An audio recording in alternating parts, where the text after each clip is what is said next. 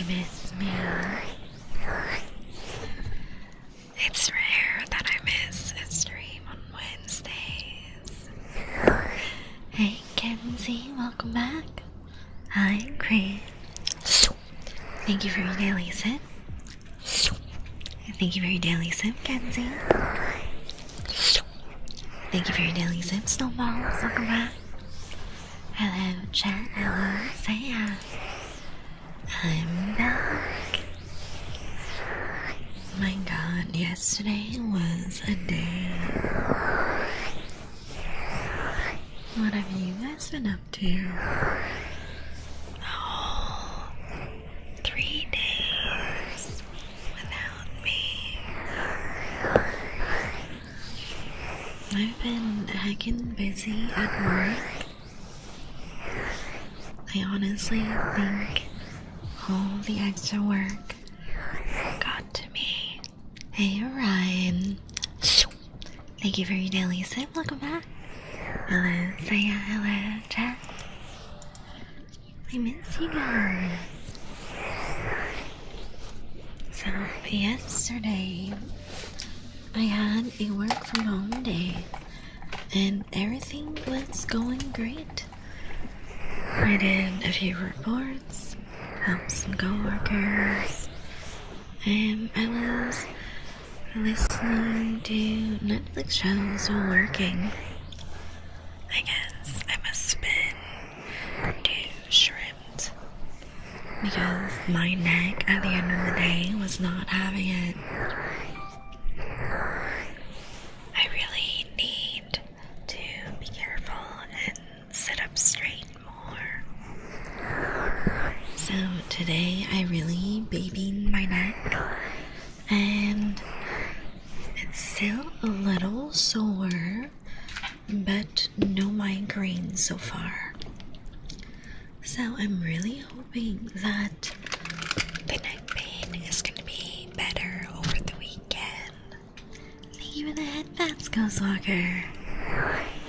Work from home is so nice sometimes. Yeah, I love work from home because I get to do my work and listen to Netflix shows and work in pajamas with a big fuzzy blanket. Hope you're feeling better a little bit. My neck still is really sore, but no migraine today. I've been really careful to sit up straighter, and my office chair is actually really good for posture. It has the full lower back and back of the head support, so it helps me a little bit. Hey loners, thank you for your daily sip. Welcome back. I am drunk. Thank you for your daily sip. Welcome back. Hi Godzilla. Thank you for your daily sip. Welcome back. Hey demons. Thank you for your daily sip. Welcome back. I missed you guys. It was really weird yesterday, because since I was absolutely knocked out from migraine, I went to bed super early. That's like a first to me. I don't think I've been to bed that early since I was a child. I'm usually a big night owl. 72%, let's go drunk. One little sip.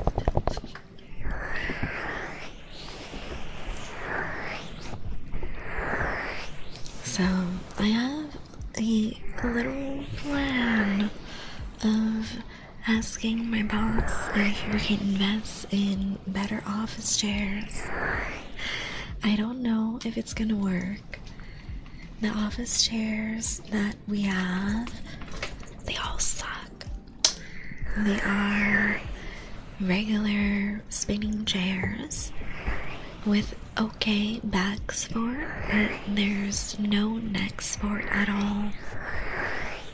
And I've noticed that several of my coworkers also really hate the chairs we have.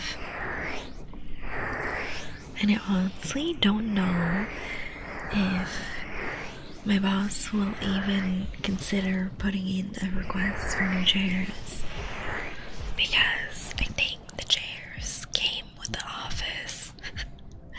I don't know if they're allowed to change the chairs, because I'm pretty sure that they came with the building.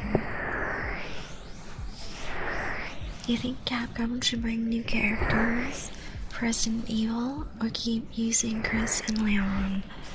Keep using them, and then in Resident Evil 10, we'll have 70-year-old Leon fighting all the zombies and all the viruses, yeah. Or some even spin? Oh no. Some of them bought their own chairs. You know what? I might save up and buy my own chair. But then it'd kind of be a pain to have it shipped to the office. I don't know. I'm really hoping my boss agrees to better chairs. It's really funny. My coworker was saying that on his side of the office, because it's a pretty big building, he is always leaning his head frontwards and backwards, just trying to stretch. Because there's absolutely no neck support on the chairs. And everyone is stretching and trying to stand up and do a few steps around the office. Leon is 70s fighting zombies on a wheelchair, yeah. No more motorcycle, no more cars, only wheelchair. Hi, Lily love, how are you? Thank you for the 20-day streak. I missed you. Time zones are truly so hard. Thank you for the subbies as well. You guys, go give Lily a big follow.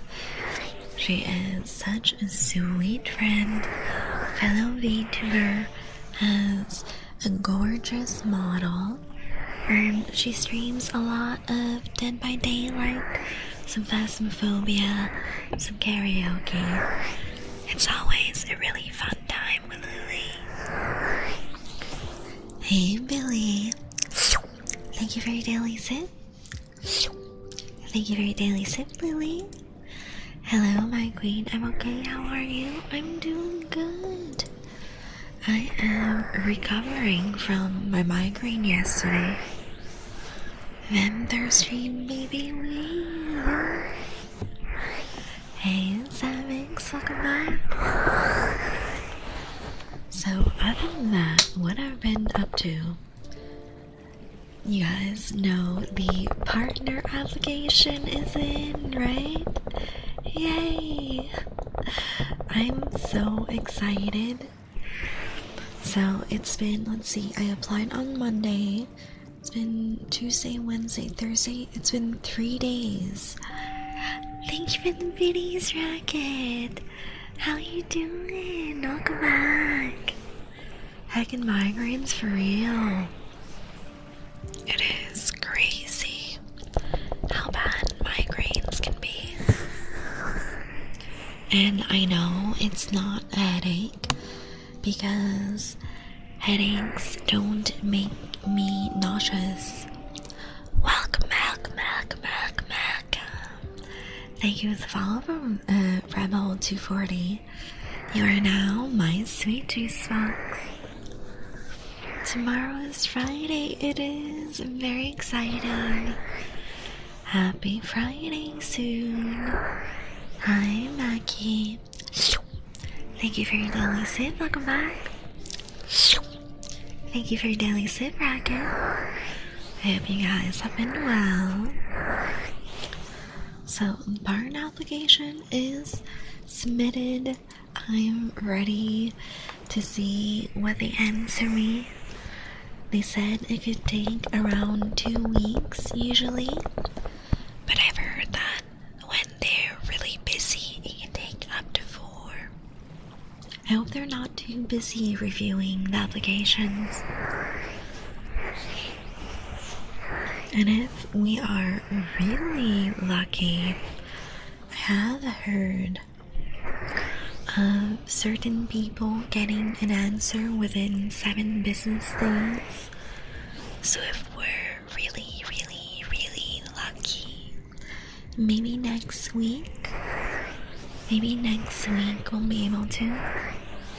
Yes, I'm cool, yeah. We hit a lot of great goals lately together, yeah. I'm so happy that I started VTubing and we can now all relax together and have a great time. I was quite surprised with the partner application because I thought it would be a longer questionnaire. It was actually really quick to do. Thank you for the 3 days, Racket. And yes, April 25th. April 25th, the Shaker Cup is releasing. I think that I have a handful of people that have confirmed that they'll be getting it. So, hopefully we reach our minimum 20 cups ordered quickly, and then production can start. I'm hoping that when we are closer to the release and I let my friends know and my cousins know, we'll hit quite a decent chunk of the orders. We'll see. Because I know a lot of my friends, they are gym rats like I am, or they just like collecting merch. So hopefully that'll be helpful for me to get that kickstart. We'll see. Of course, I will be getting one myself, because you know me, I'm a gym vampire. Today I had some birthday cake protein shake and it was really good. What is your favorite protein shake flavor? I haven't tried that many flavors, but out of the ones that I've tried, my favorite one probably is the birthday cake one from One Up Nutrition. Ooh, demons. You wanna be my protein shake, huh? Come here.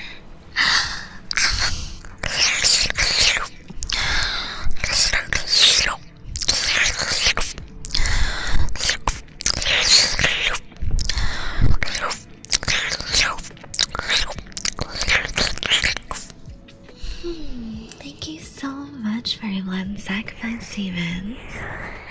Always so tasty.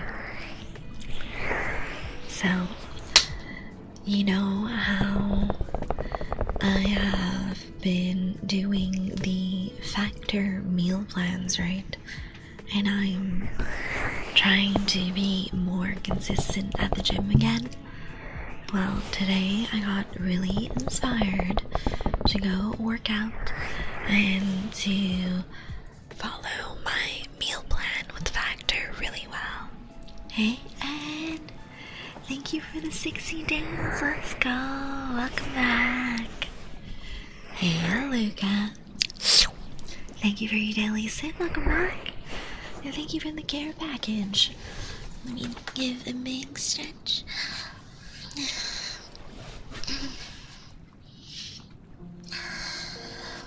And sit up straight. My chair's like making really awkward popping noises today. I have been so hydrated today. I finished my whole 30-ounce Stanley cup, and then I had a cup of tea, and I also had a large, I think that one is 20 ounces? I don't know, I don't remember the size of the cups at the place I go to. I had, I think, a 20 ounce of peach tea as well. So I've been very hydrated today. Had a lot of water, and I hit my protein goals today as well, which I'm very proud of. 25% drain. Oh, that was a small bite, right? A teeny tiny nibble. Hey, Boyd. Thank you for your daily sip. Welcome back. So, protein powders. I honestly haven't tried that many. I've mostly tried the Costco brand stuff. I've tried their chocolate powder and their vanilla powder. They're both pretty decent, but I think out of the Costco brands, I like the chocolate one just a little bit more than the vanilla one. And then for 1UP Nutrition, I've tried, I think, 3 or 4 different flavors. Some of them were their clear protein powders, so they're not the ones that I usually use. They were samples that I got because I make pretty big orders when I buy my stuff from them. Hey Dusty, welcome back. How you doing? Hi Cryptum, good evening, welcome back. Thank you for your daily sip. How are you guys? So, 1UP Nutrition, I buy a lot of their protein powders because they have a lot of influencer codes, and you always get a huge discount whenever you purchase with any one of their codes, and it's really nice because the Costco powder is fine, but I feel that they're lacking in the more interesting protein powder flavors. Hey Val, thank you for your daily sip, welcome back. So like, if you already have a Costco membership and you're not picky on what flavors you're getting and you don't mind sticking to the same couple flavors, the Costco ones are fine. Great macros, good price. Welcome back, welcome back. Thank you for the follow, Felix. You're now my sweet juice box. So Costco is definitely fine if you like the low price point and basic flavors like vanilla and chocolate and all that. I didn't notice if they have new flavors because I haven't gone to Costco in quite a long time. But the reason why I prefer 1UP Nutrition is not only the greater codes, but they also have really interesting flavors, and they're flavors that make me want to have a protein shake every day, you know? Because I don't know about you, but like, just chocolate or just vanilla for my shakes every day is kind of crazy. So if I have some flavors like birthday cake or unicorn donuts and stuff like that, it's way more interesting for me.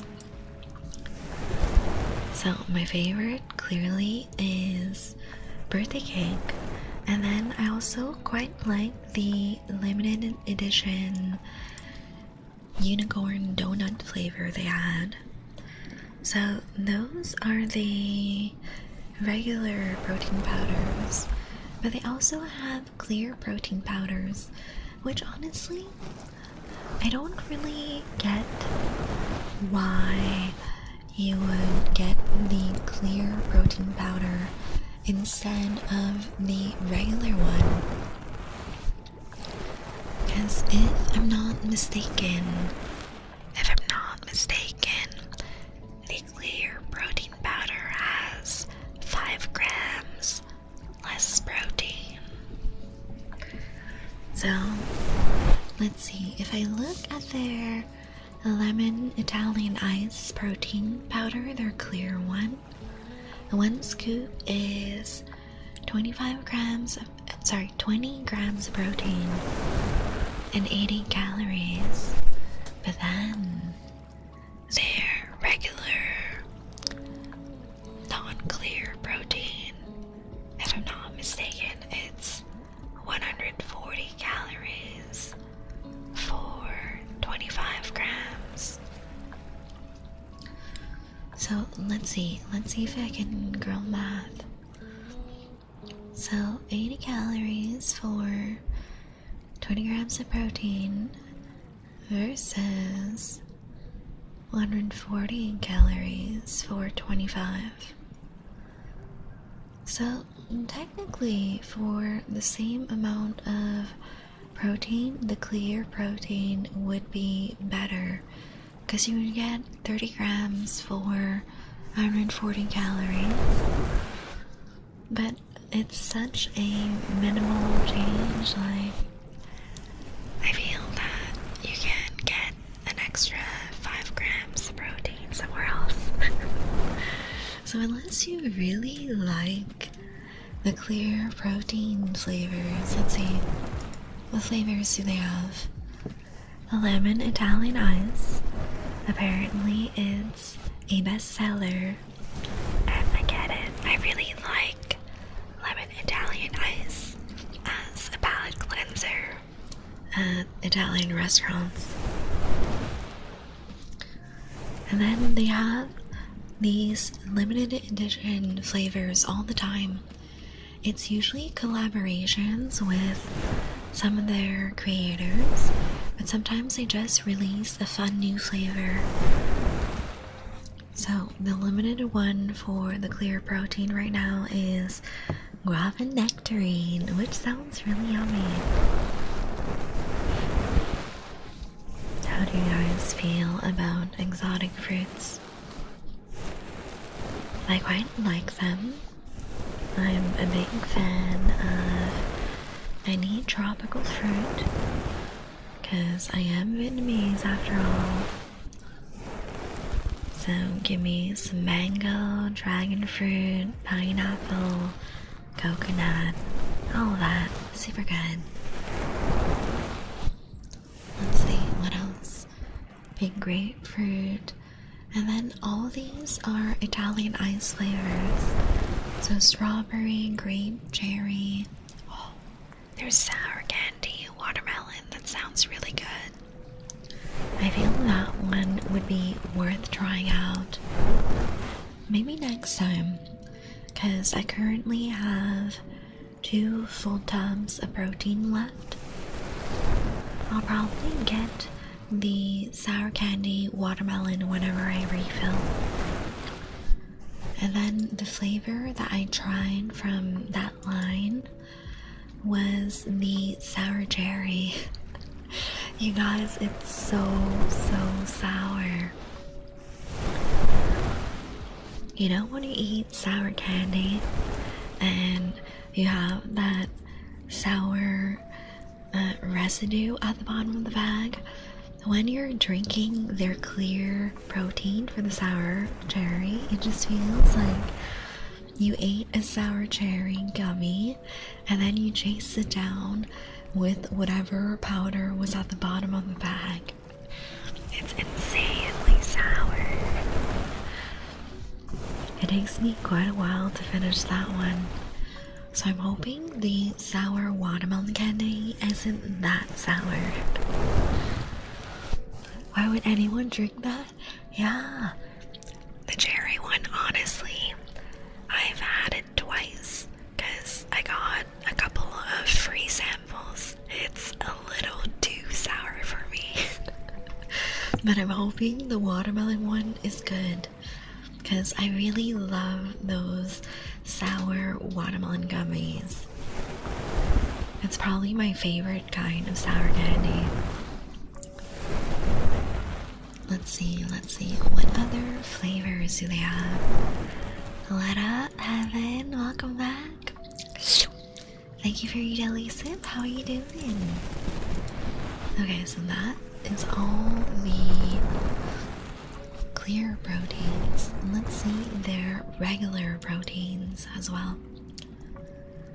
So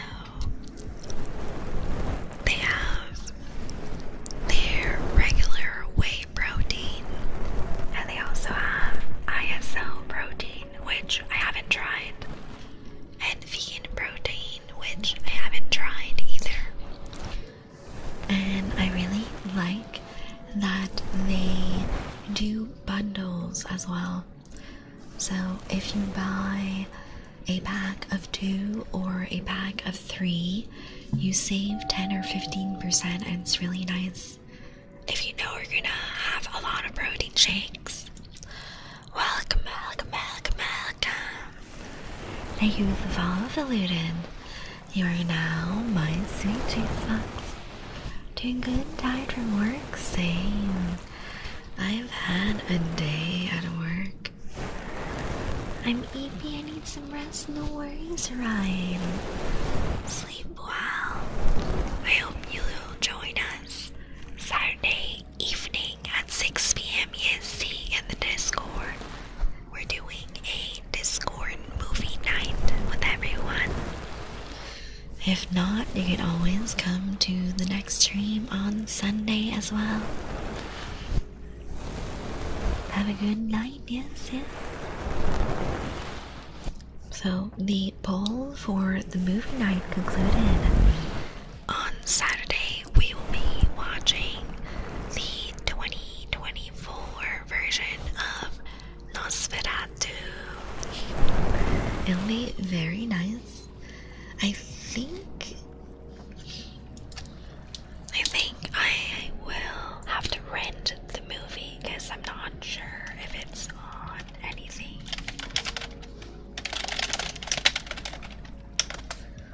Let's see. Oh, it's on Peacock, which I don't have. So I'll probably rent it on Amazon Prime. I honestly don't think I know anyone with Peacock. For the family accounts I'm sharing, I only have Netflix and Disney. Let's see.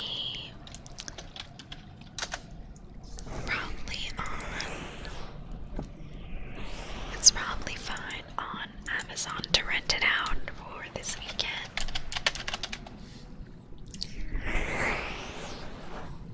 I could have sworn I saw it on Netflix. Yes, he changed it. 58% drain, Kenzie. Let's go. Hey, Waveborn. Thank you for your daily sip. Welcome back.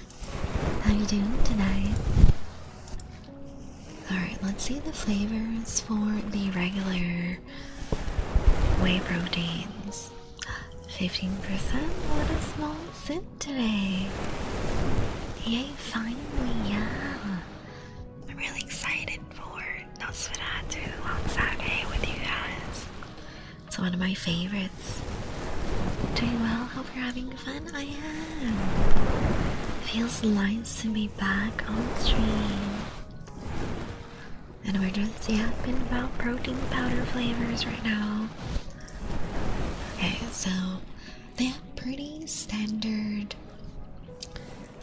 flavors for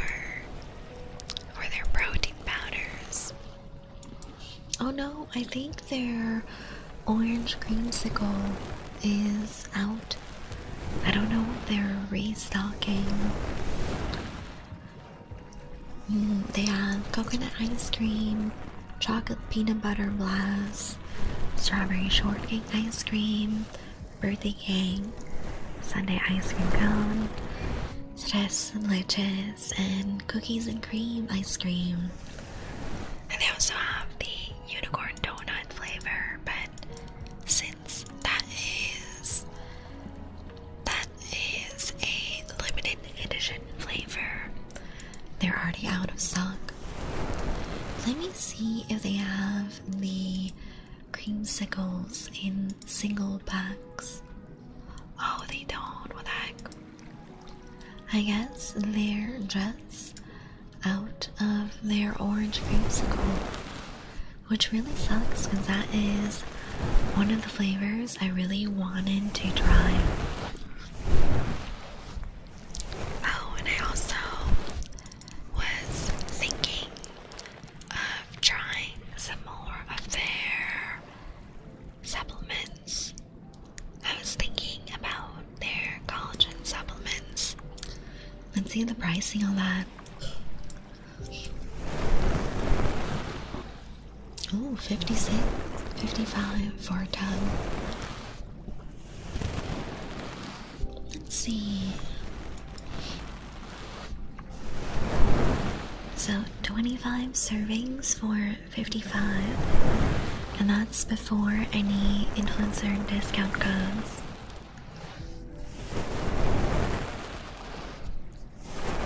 It's kind of crazy how expensive all these supplements are.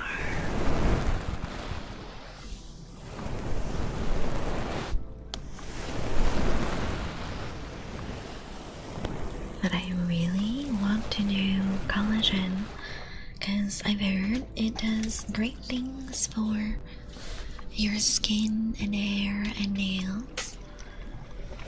Yeah, it is pricey, right? Because usually the tub of protein I get, it is also 56, and I think there's how many servings in that? There are 25 servings per container as well. So let's say that I skip a handful of days in the month and I don't always top off with protein or creatine and just have it 25 days every month. That'd be 112 every month before tax. It's kind of crazy. I do think with the discounts, though, I think the content creator discounts is usually 15% if I'm not mistaken. And I try to stock up whenever they have big sales for Black Friday and other stuff like that. Because if I remember correctly, they double stack. So if they have a Black Friday sale and you use a creator code, you get both discounts applied, which is really nice. You save quite a bit like that. Bulk is usually cheaper from what I can see. I'm a little picky with my flavors though, and I've been using 1UP for quite a few years now, and I'm really happy with the flavors, so I haven't really tested other protein powders.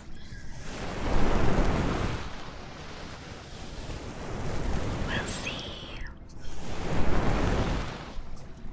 Oh, you know what?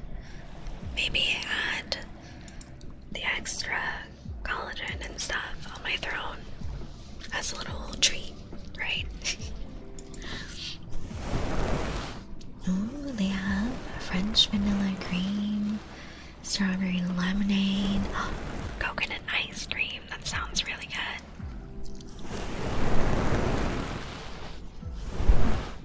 I feel that all their products are good except their green and red superfood mix.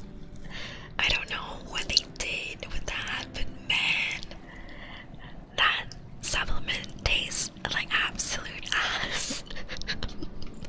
Again, I got these as samples with my orders, and I think I got the, what flavor did I get? I think I got the, what flavor? I think I got the lemonade one. Wait, that doesn't sound right. I think I got the mixed berry greens and reds daily essentials.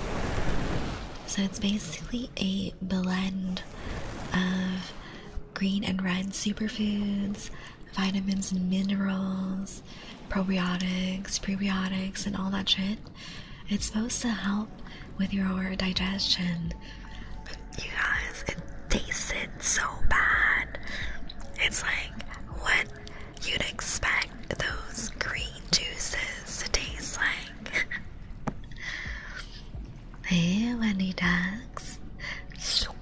Thank you for your daily sip. Welcome back. Ah-da-da. Ah-da-da. Ah-da-da. Yes, it is not a drink. It's not a pill, it's a drink form supplement. And I don't know who decided to make that. I'm sure it's great for digestion, but I cannot make myself drink it without holding my breath and then washing it down with a little sweet treat or a snack, because the flavor is like really, really, really bad. So yeah, I think that's the one thing that I can't really recommend from 1UP, because genuinely your taste buds will cry.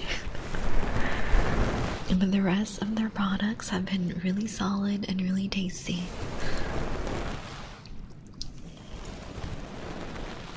They have so many freaking products. Hey Gangster, welcome back.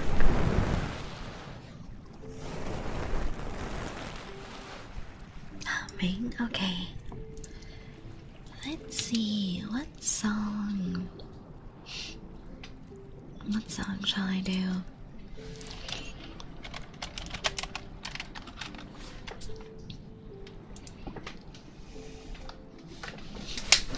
Oh, I got a song. Okay, let me get this up. And I will sit up for this so it's easier. And I'll have a bit of water beforehand. Alright, let's see if you guys know the song.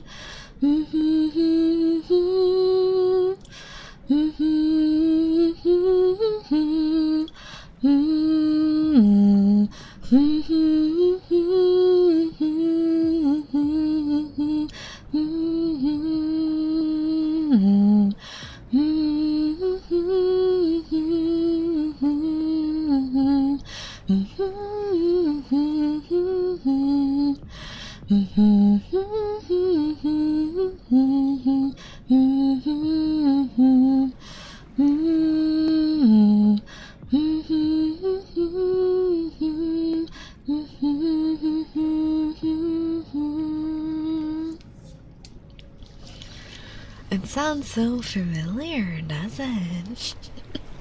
Hey, Sunny. Thank you for your daily sip. Welcome back. Hey, Daddy. All-Star with Smash Mouth. Definitely. That's exactly the song. Hey, Pico. How you doing? Google help me so I won't say. It seems we don't have a correct guess yet. Thank you for your daily sip, Pico. How are you doing? I'm doing great. Doing much better than yesterday. Neck is still a little sore, but no migraine today. Just a slightly sore neck and head.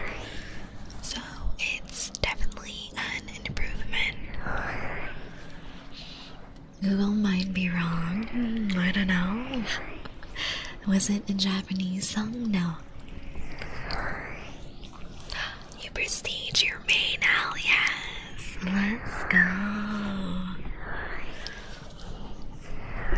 I'm still working on the battle pass for the Prestige Sona skin.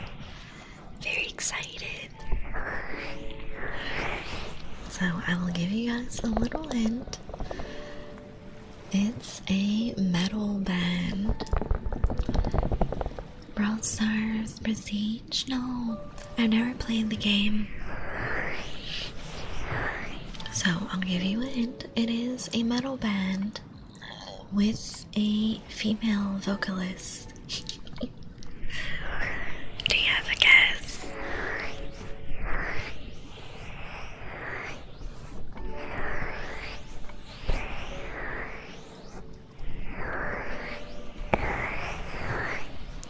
Lisa, no. Isn't. I thought Lisa was the Japanese singer. And I just said it's not a Japanese song. Lisa does some of the songs for Kimetsu no Yaiba, right? Like that? Should I see if Google got it right? Yeah. What does Google say? Yeah, she does. I like her songs. I really like her songs, but I feel that vocally and technically it's a very difficult song. Yes, Rule of Nines by Spirit Box. Wait, did you have Google listen to me hum? Did Google guess that from the humming? That's kind of crazy. Just means your humming was nice. Yeah, thank you. The duck song. I really like Rule of Nines, but to be honest, I don't know if I could do a cover because my screaming is really sus. I don't really like how it sounds, and I'm not sure if I'd be able to fix it with some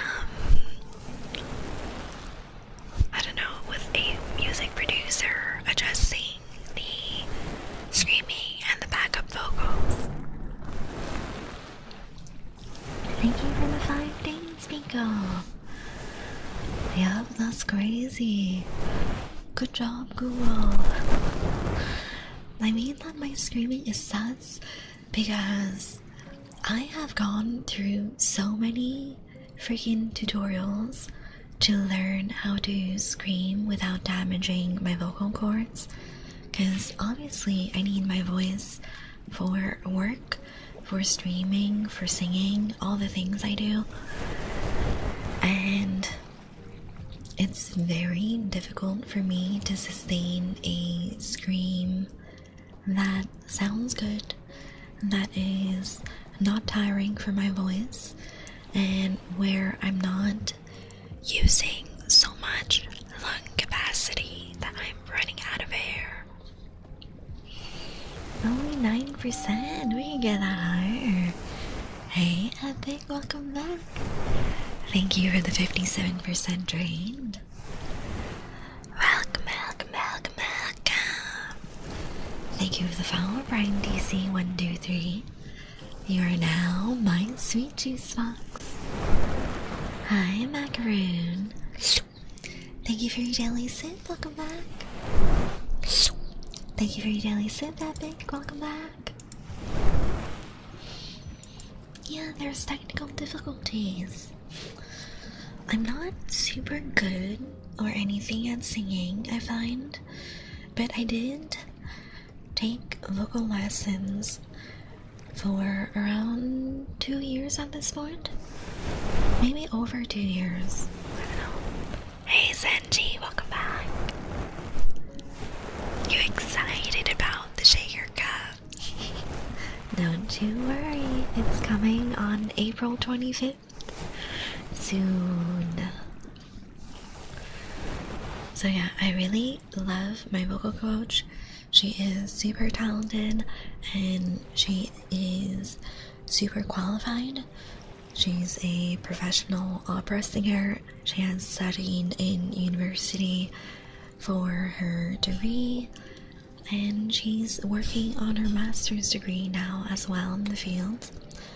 And we haven't been able to do singing lessons in a while because one, I've been crazy busy since my boss left and I took over her job, and my coach has been super busy as well with her studies, so it's kind of on the back burner for now. Sleep well, Pico. Thank you for the alert. I hope you'll come on Saturday for our community movie night in Discord. We'll be starting Nosferatu at 6 p.m. EST this Saturday. And then we'll also have a stream on Sunday at 10 p.m. EST. More tingles, more yaps, more cozy talks. So yeah, I've been doing vocal lessons for like 2 years, and I definitely feel that I've improved a lot. And I think I've talked about this before, but my mom was very much the stereotypical tiger mom in my household growing up, you know? Ooh, good luck with your piano competition. Let's go. You can always drop by midway through the movie. It's no problem.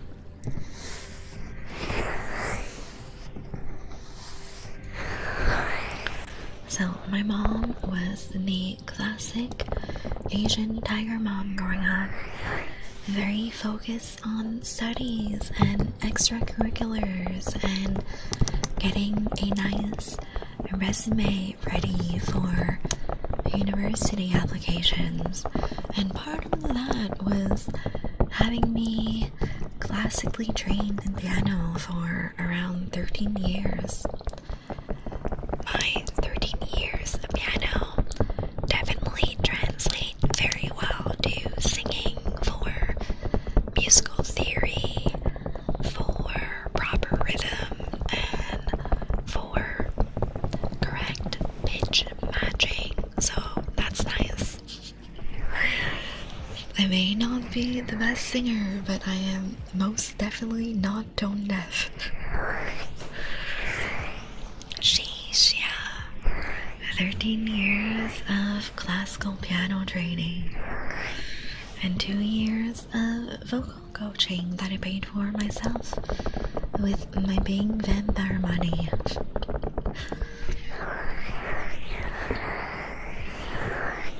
So yeah, doing the transition to singing was definitely smoother for me than for someone that's never done any music before.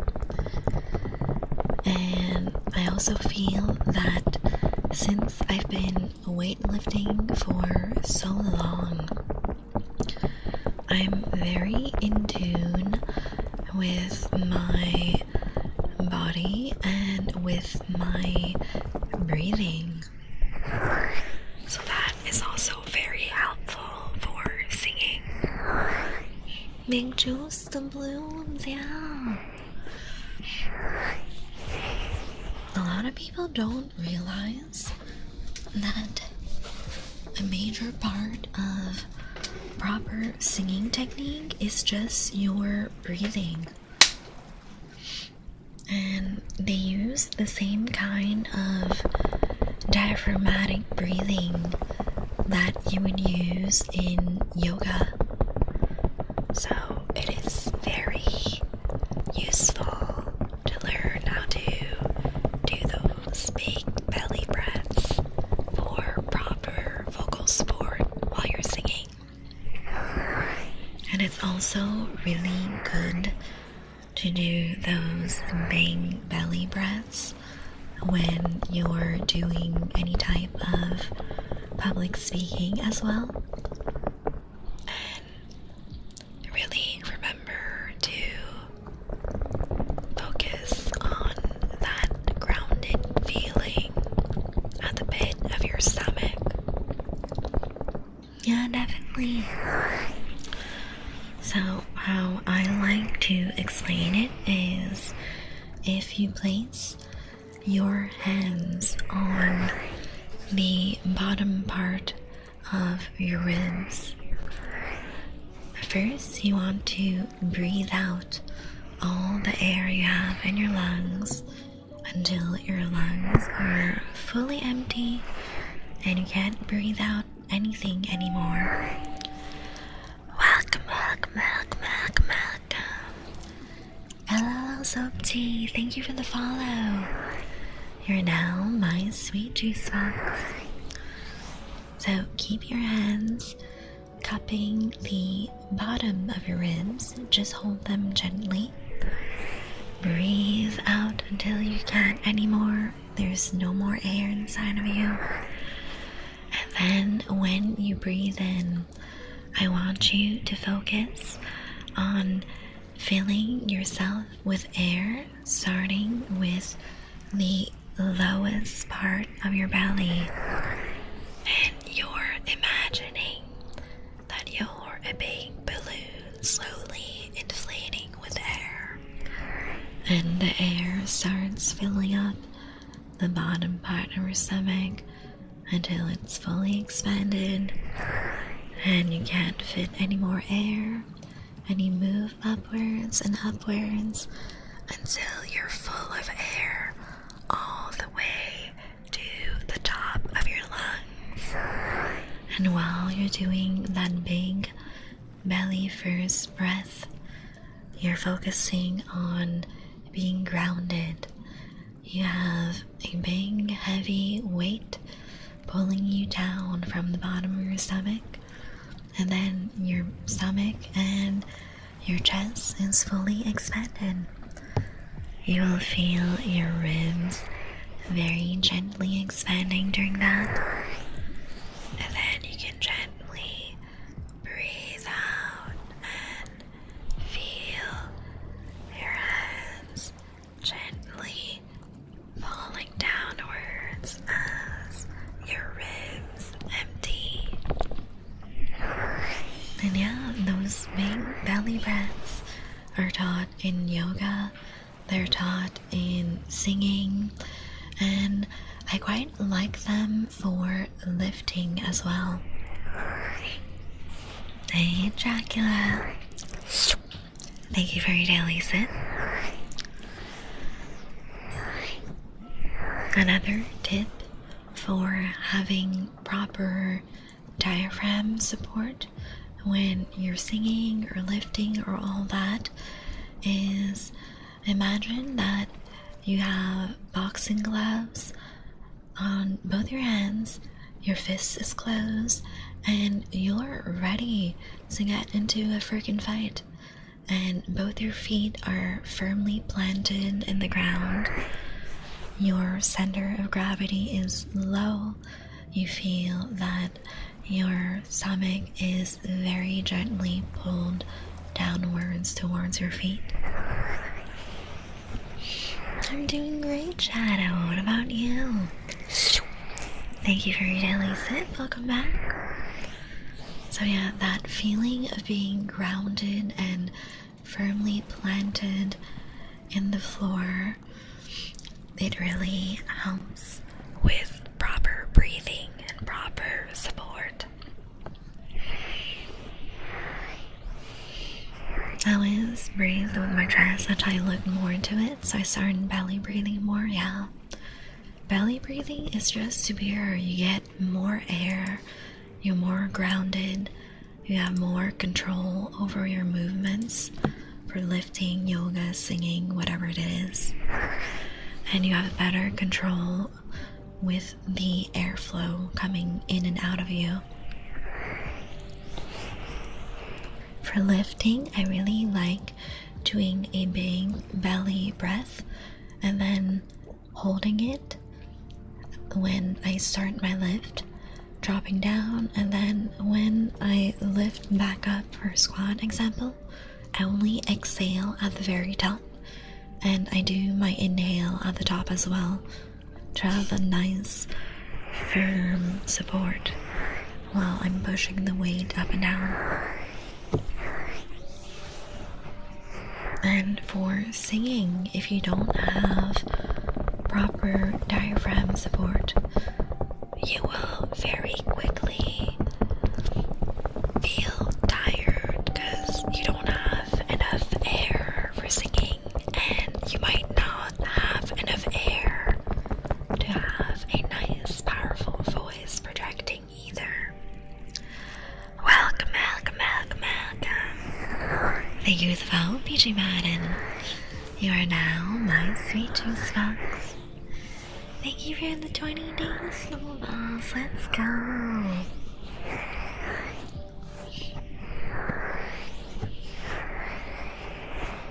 And for singing, that's definitely the basics of proper breathing, but you need to adapt it depending on the song you're singing, how fast or slow pace it is, and of course the phrasing of the melody. So in music there is phrasing for how the melody naturally comes in and out. It creates these sentences almost in the song. There's a clear beginning and end, and ideally in a perfect world you take a breath at the beginning of the melody phrasing and you take a new breath at the end before starting a new section of the melody.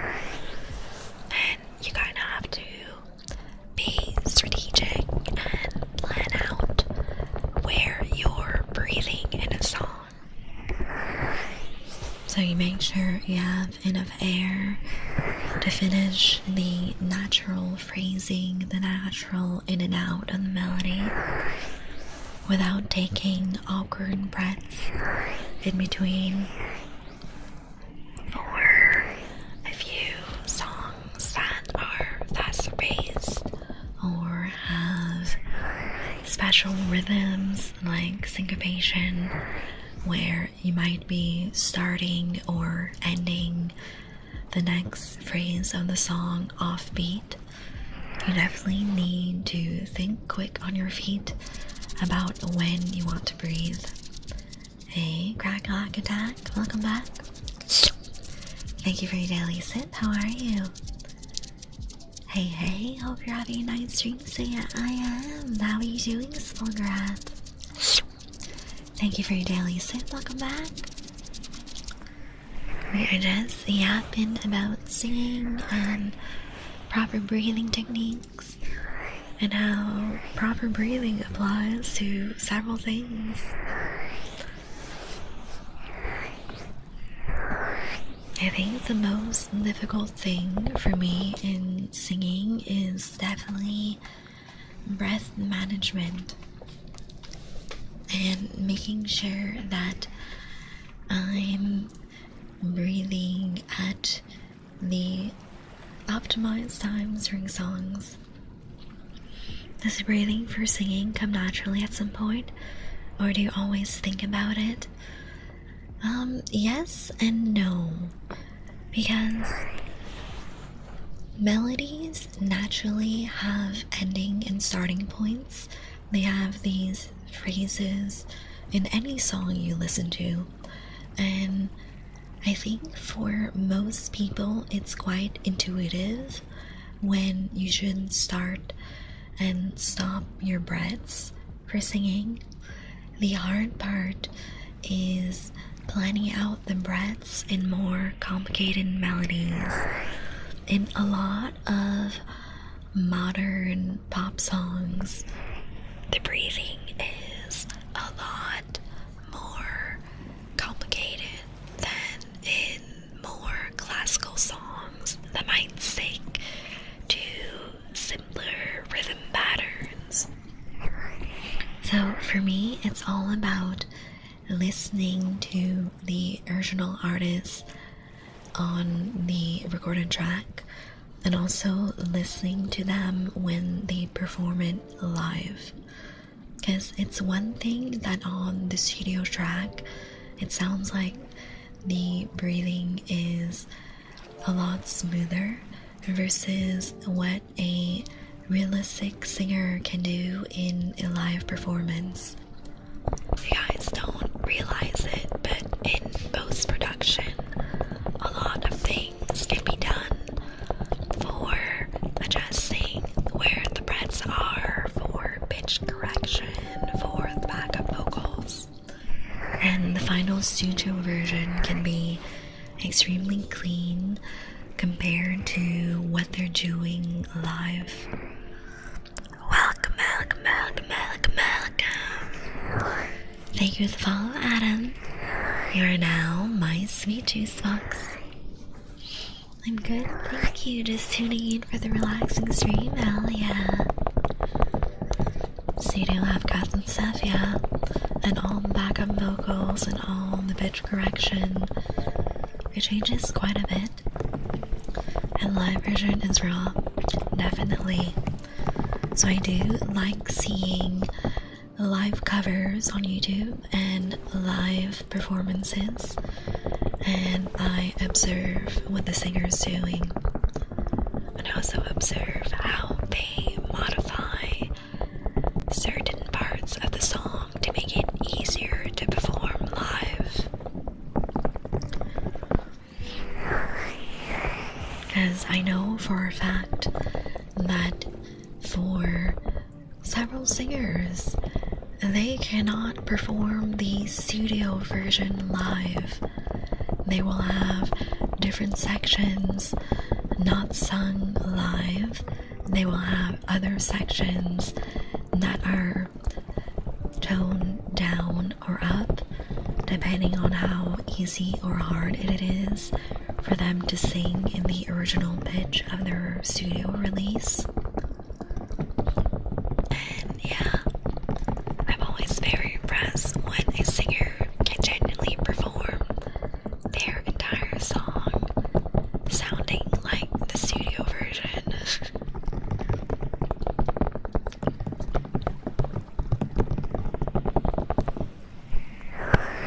I'm a little sad that this year I don't have as many concerts planned out because I have vacations and other things.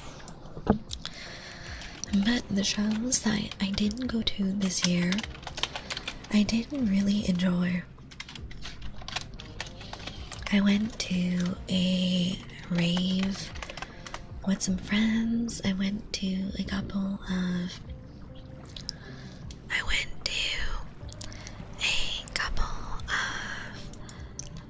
concerts as well. And I have, I think, one more concert planned for the rest of the year. But I do miss going to concerts more often. You know, I have kind of been on a crazy binge of concerts. I have seen probably over 30 bands at this point in the last 3 years. And it's been really fun. I've had to travel for quite a few of them. Yeah. To be fair though, a big chunk of them I saw at Warped Tour.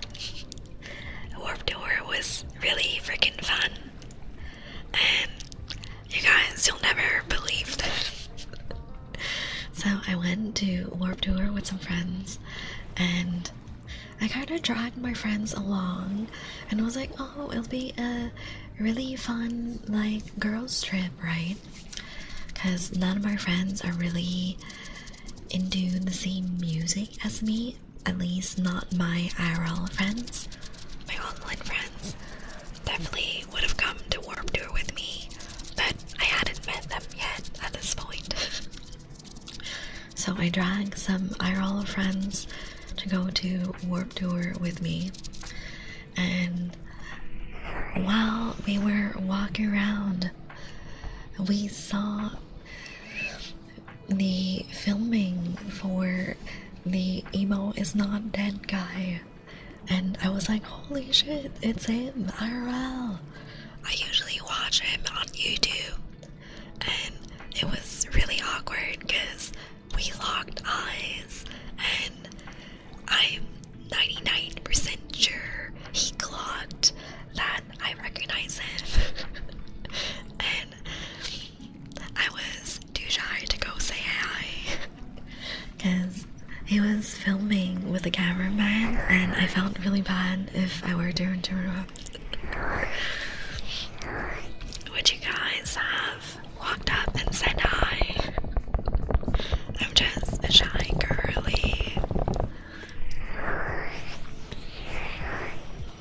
So yeah, that is the second YouTuber that I've seen IRL, and I was too shy to say hi.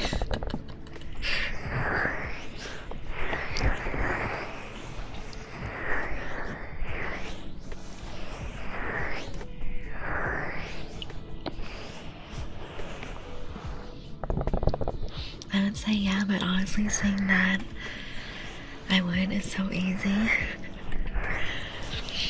I don't know, maybe it was if he was like talking to other fans, I could have mustered up some courage to say hi, but they were filming.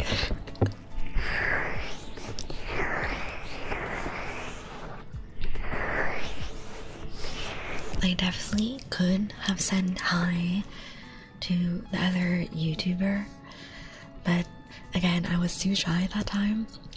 And the other YouTuber, she was talking to fans. She wasn't like rushing to go anywhere, and like she wasn't filming anything. So I definitely could have said hi, but again, very shy vampire things. Hey, Pixel Gamers, long time no see. How you doing? Hey, Zeno. Thank you for your daily sip. Welcome back. Oh my god, you guys. You know how earlier today I did a 1 hour gym workout, right? Oh, you're tired? It's okay. Let me help you fall asleep. 79%. Let's go. And 42% say so. How naughty is that, Elf? I know what you've been up to. So, you guys, I did a lower body and abs focus workout today. I can already feel the burn in my abs. I had legs yesterday, I can't walk right now. Luckily for me, my legs are the strongest part of my body. I'm very lower body focused, so I recover quickly for leg workouts. But my abs, I already feel the burn. Especially because I'm focusing on belly breathing right now for stream. Hey Rosso, welcome back. Thank you for your daily sip. How are you doing? Hi, be quiet. How are you today?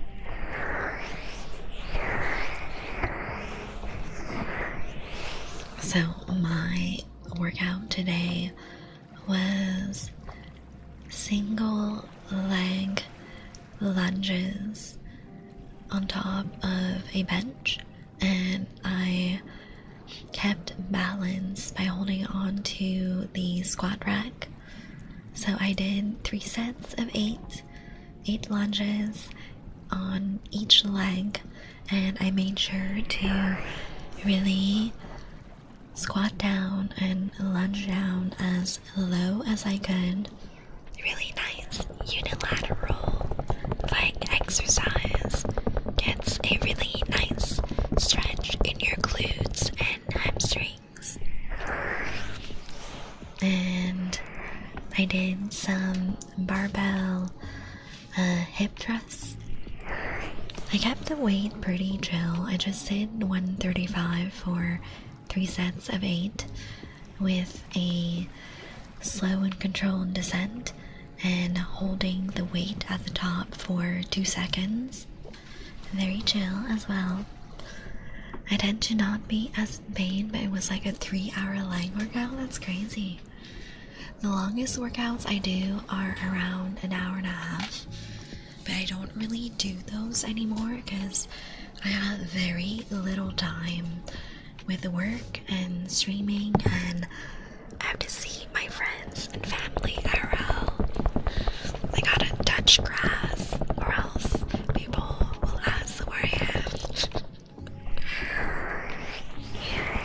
So I tend to do 1-hour workouts now, and I try to walk for around 30 minutes to an hour a day, depending how long of a free window I have. Thank you for the sub, Luckor. Hello, hello. Thank you for the 3 months. How have you been? Welcome back. Welcome back. Thank you for the follow, Draven. You're now my sweet taste box. Leg extension, leg press, hell yeah. I haven't done leg extensions since I moved to my apartment because we have a really nice gym at the apartment. So I canceled my gym membership. The only downside is like there's no extension machine, there's no abductor and adductor machine, which I really liked, and other machines as well that I miss. But I'm not gonna pay over $200 a year for a gym membership when I have a full squat rack and barbell, dumbbells, cable machines. We have yoga balls, the weighted balls as well, kettlebells, and cardio machines at my apartment gym, you know, it's free. Ooh, thank you for your daily sim, Nalcar. Delicious. Hello, my vampire goddess. Hello, Chunks. Welcome back. How are you today? My gym goes up to 80 kilos. How much is that in pounds? 80 kilos. lose 2 pounds. 176? Wait, do you mean for the leg extension? Isn't that a little low? I'm pretty sure the machine that we had at my old gym went up to 200 pounds. I could be mistaken, but I think it's at least 200 pounds for the machine at my old gym. I got a bad gym pin for it because I maxed it out. That's crazy. I think the most I've ever done was on the hip abductor for around 130 pounds. Let's see, how many kilos is that? So I capped out at around 59 kilos for the hip abductor machine. And honestly, it's one of my favorite exercises that I miss doing at the gym. Hell yeah, do with what you got, yeah. Why pay money for gym membership when I have all the essential equipment at home? Hi, Inoue, welcome to chat. My goddess, did I ever tell you that you have a beautiful voice? Maybe, but say it again. Hey, Joker, welcome back.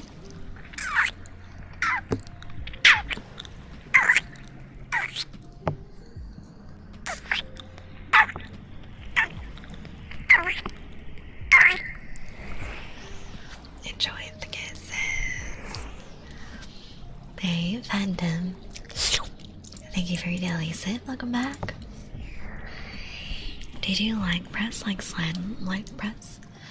Do you mean sled leg press as in one leg at a time on the side? I usually don't do those. If I did leg press, I would just do the traditional 2-leg press. Not a huge fan of the leg press though, because the machine is not ideal for very short people. I'm only 5'2", and on the leg press machine, it's a little awkward for me to unload the weight from the locked position, because I kind of have to do it with my tippy toes sometimes. So I prefer squatting with a barbell when I can. I do enjoy the hack squat as well, very fun to do. Hey Lemming, welcome back. Coming in hot from work. Crash aligning here to max relax, hell yeah. Oh my goddess, you have a beautiful voice, why thank you. Ooh, fish fillet burger, yummy. Oh, that's unlucky, yeah. I am a little too short to reach the leg press properly. I mean, I can still do it. Once the weight is unlocked, I can leg press as normal. It's just getting it in and out of the locked position is a little annoying. Hi, Sunny. How you doing? The max I hit the other day was a scary weight. Let's see, 240 kilos. How much is that? 529 pounds? That's crazy. What the hell? Welcome, welcome, welcome, welcome, welcome. Thank you for the follow, Q Baron. You are now my sweet juice box. I'm doing well, yay, that's good to hear. Let's see, so my PRs for all my lifts summed up together, let's count them. So we have 80-pound bench press plus a 135 squat plus how much was it?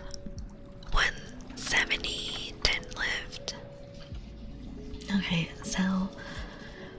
my big three bench, squat, and deadlift, my PRs added together is 385 pounds. That's crazy.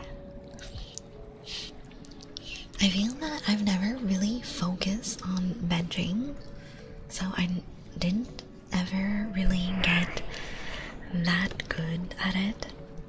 Because personally, I don't have that much fun doing chest day.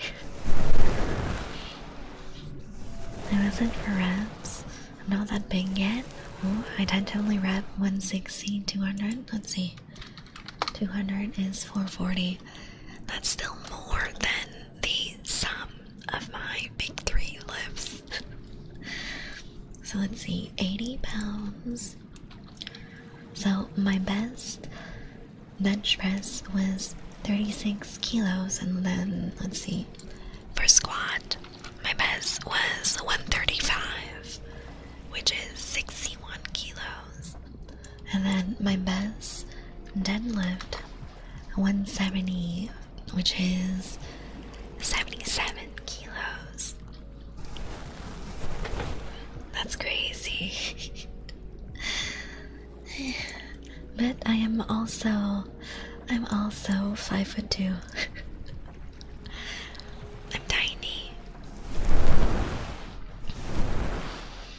I honestly don't really lift heavy anymore because I'm very low on time and low on energy after work. So the only thing I'm doing is kind of maintaining.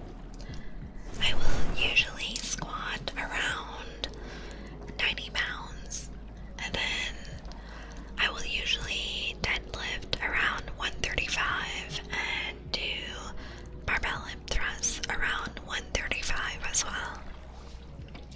Because it's enough for me to maintain my muscle mass without being too tired. I used to lift after work, but now it's before with a dangerous serving of my pre-workout.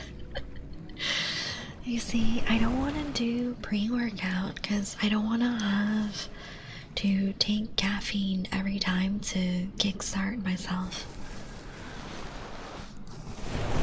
And personally, I think that pre-workout is very expensive when a cup of coffee or tea would do the same thing. Hey, Sasa, welcome back. Love your routine, yeah. I mostly work out after work, so I try to space my workouts on days where I know I don't have stream or when I'm working from home. So I try to do workouts on Tuesdays, Wednesdays, Fridays, Saturdays, and Sundays if I can, and then the other days I rest because it's very tiring for me on days where I have work and stream to work out, so I tend not to. Today I did do all three, so I'm proud of myself. I did work at the office, I went to work out for an hour at the gym, and now I'm here with you guys. But usually that is not the case. I usually only have enough mental capacity to do 2 things on the list per day.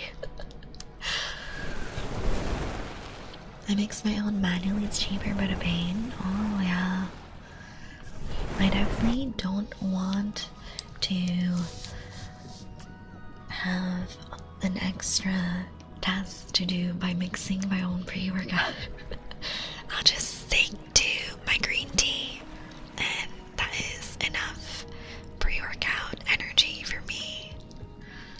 I have a powder mixer to mix the amount of each chemical I want in it. You see, that sounds like a lot of work. And I am a soft girly with a very busy schedule. What type of split do you perform? I do an upper lower split with a focus on lower body, obviously, because I want booty gains. Check out Twitter if y'all want to see the booty gains. You're gonna have to look a little bit in media because it's been a while, but let me link the Twitter. Browse in media for a bit and you'll see the booty gains.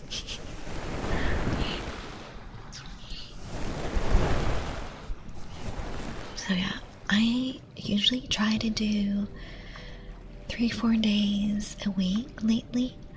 Minimum 2 days for lower body, and then 1 day for upper, just as maintenance. And I tackle abs as well 2-3 times a week. I do custom PPL, hell yeah. I cooked up myself 3 days and then repeat, then rest for 1 day, so 6 days. Yeah, I used to do that as well. Ooh, a pizza diet. I had a cheese pizza with my roommates on Sunday. It was very nice. We had a little bit of pizza and we watched The Expanse on the couch all together. Gonna have to look respectfully again, yes. Always looking respectfully.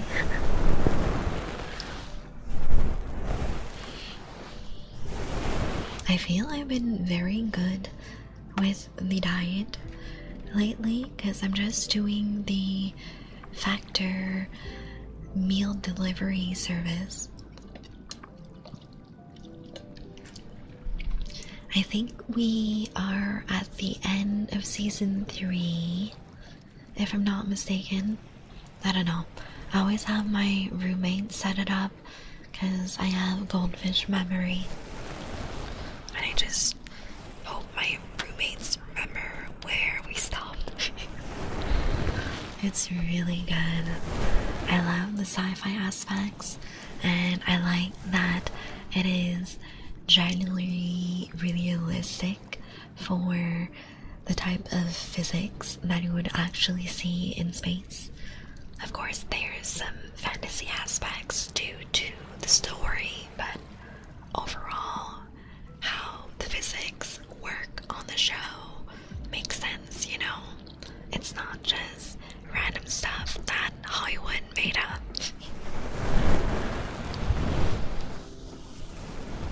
And I really like the main cast of characters. So for my food while I'm working out, I usually do 2 Factor meals a day, which is generally around 1200 calories a day. And then I'll have a protein shake, and then I'll have some more fruit as snacks. And then on a normal day, I'm anywhere between 1500 on the low end and 1700 on the high end. What's the Discord again? Here it is linked. The movie night that we're hosting in Discord will be Saturday at 6 p.m. EST. There are some announcements with the timestamp in one of the announcements channels, and we'll be watching Nosferatu. Hi, Diamond. Thank you for your daily sip. Welcome back. Oh, we got a vampire from Be Quiet as well. You smell like a tasty snack.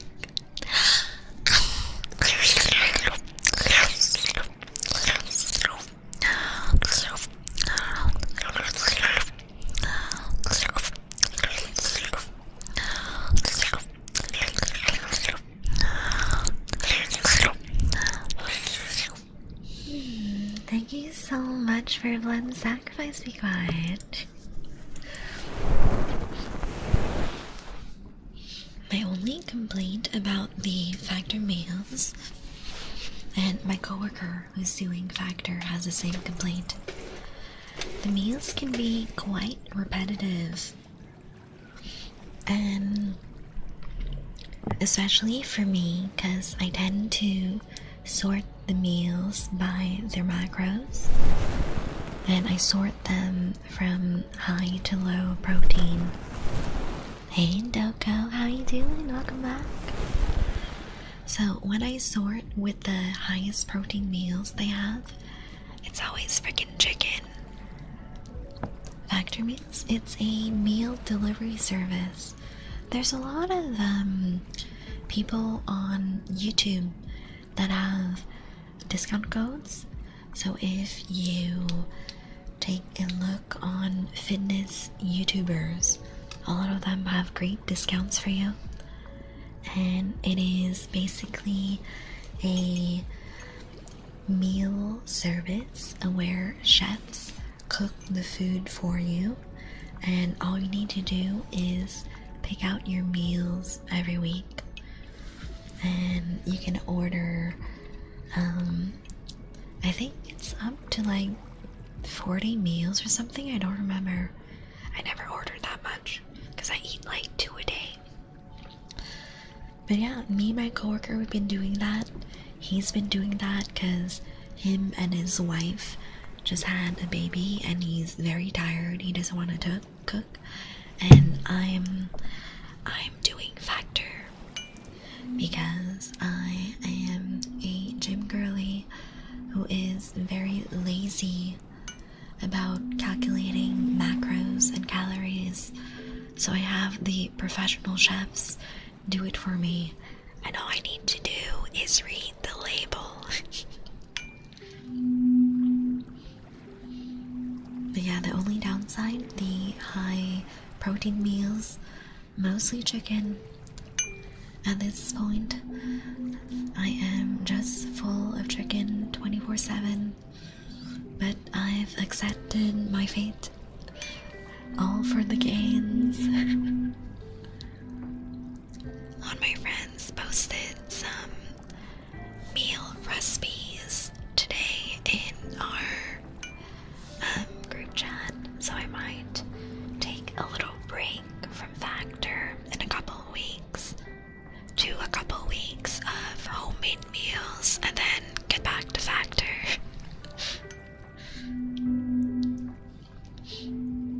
So whenever Factor has different stuff like fish or beef or shrimp or stuff like that, I usually only take 1 or 2 of those because they tend to have lower protein. But I do like the variety because, my god, that is a lot of chicken. Vampire Queen, no, Chicken Queen for real. I've been eating so much freaking chicken. Thank you for the biddies, Doko. Sleep well. Good luck at work tomorrow. I hope you'll be able to attend the movie night in Discord Saturday, 6 p.m. EST. If not, you can always join us on Sunday for ASMR at 10 p.m. EST, our usual time. Hey Melly, welcome back. Let me know what pet name you would like. Currently been seeing food that's just nutrition at this point. Only thing that got me through it. No way, I can't. I'm such a big foodie. I love eating. I love food, especially Asian food. My dad makes the best Vietnamese food, and I'll have Vietnamese food once a week when I go visit my parents. I was and it hurts, oh no. I don't think I would ever do bodybuilding or anything intense like that because I love food too much. Anything to see me abs. I don't know if I'm ready for that. Some crappy food I myself, I can definitely just seem as just nutritious. It doesn't have to be that way. You can make healthy, delicious food at home too. You just want my vampire. My bad juice box Melody. You're such a bad juice box. You just love being such a bad juice box for me, don't you? My bad juice box. Always a bad juice box just for me. Melly, you're such a bad juice box. Legendary fish, let's go. I treat myself occasionally, but try to keep the diet up. That's what I do in the mornings. I get myself a sweet peach tea. It's so good. It gives me a bit of caffeine to start my day and a little bit of a sweet treat. And it also helps me stay hydrated because I'm pretty sure the cup I order is like 20 ounces. I don't know. It's like a local little cafe, so they don't really have sizing or anything on the cups. It just says small, medium, and large. Words of affirmation to put me to sleep, of course. Doko, you are such a sweetheart, aren't you? I'm so glad you are here with me on stream because you are always so kind and sweet and funny, so thoughtful as well. I hope you always remember that you are very loved. Your friends and family are very grateful that you are a part of their lives, and they want you to know that you always make them feel so calm and so at peace. You have a really wonderful energy to you, always making others smile and brightening up their day.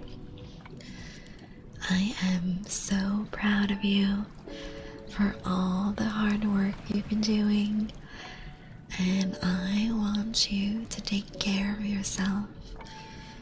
Get some rest.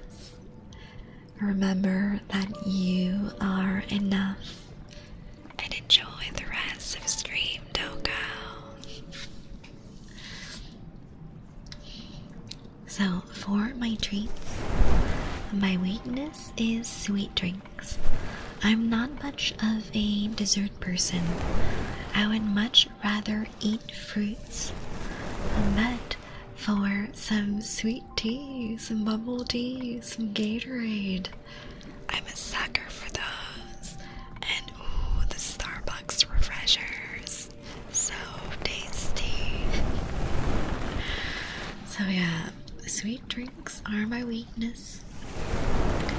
I try to stick to only one sweet drink on office days, and that's it.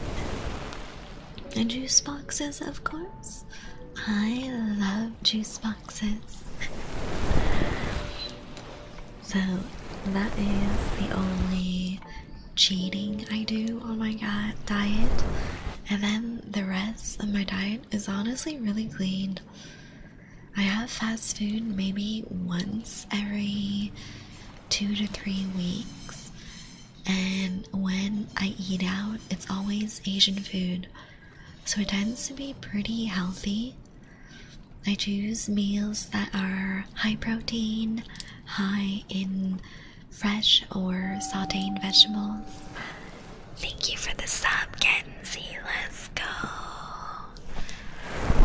W Kenzie. whenever I eat out at restaurants, I really like stuff like Korean barbecue. And when I go there, I skip the rice. I only eat the grilled meat and fresh veggies and pickled veggies. And I'll have some of the soups as well.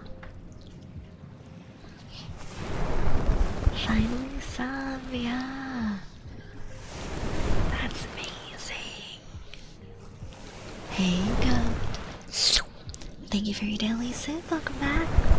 How are you doing today? We got a stretch. Big care package in chat. I'm cracking. My chair's cracking.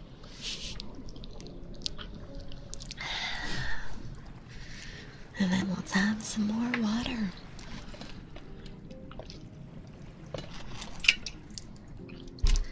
We are hydrated in this household. Kika, hello, welcome back. How you doing?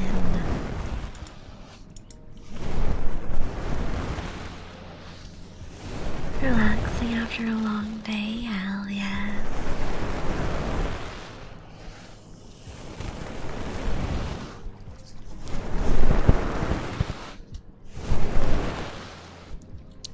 We have been yapping about gym and food and a lot of things today. I think tomorrow I'm going to be doing an upper body day, and then my cardio will be an extra long walking day. I need to watch my carbs more. The carbs are so tasty, so delicious. I love carbs. You've been on carb for 16 hours? I hope you're taking turns driving. That's a big drive. And 5 more to go. You're going on a whole freaking road trip. That's crazy. I think the longest I've been in a car was probably around 16 hours at the most. How long does the bald reward last for? I think it's 5 minutes. Let me double check. How long is action groups? Bald, let's see. 300 seconds. No sweets, chocolates. I do like chocolates, but it's not my favorite. I love cheesecake. I love any type of fruit tarts, and I love macaroons. Hey, Evan. Thank you for your daily sit.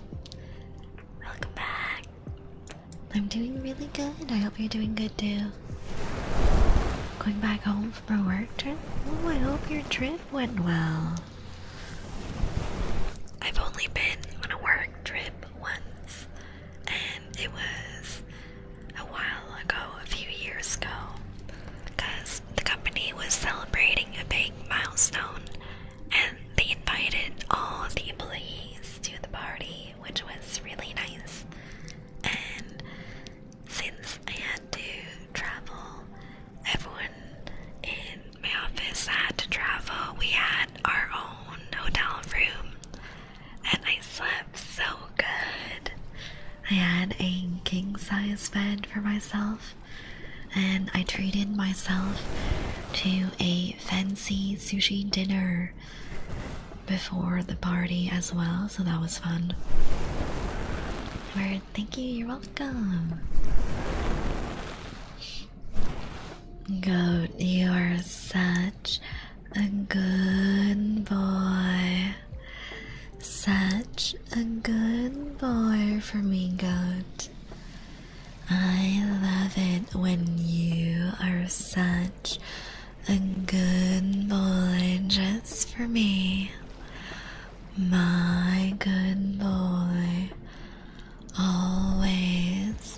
a good boy for me, goat. Such a good boy for me. Goat, you are my good boy.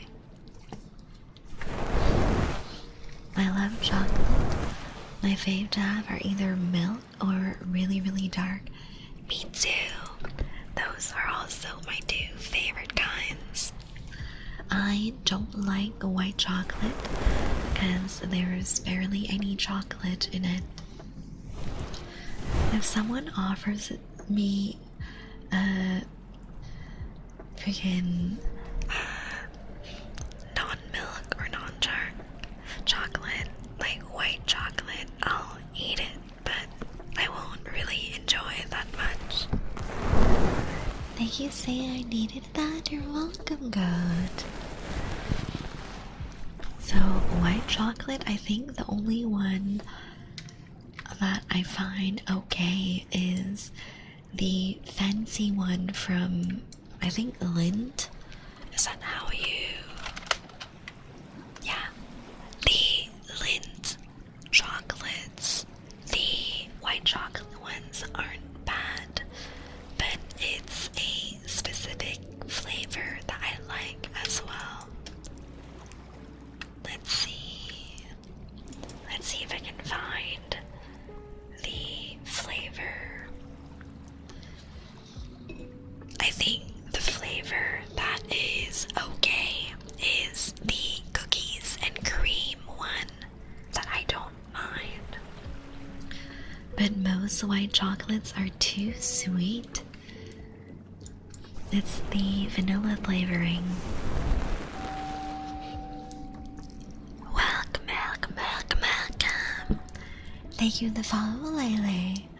You are now my sweet juice box. They're the ones that sell mega dark chocolate. Yeah, it's really good. My preference is milk chocolate, but I do enjoy dark chocolate as well. Thanks, hello. Thank you for your daily sip. Thanks, welcome in. Oh my god, Lele, thank you for the raid. Hell yes.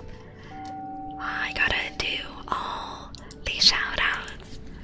Let's do Lele's shout out, and I will shout out Fix as well. How are you guys? How was your stream?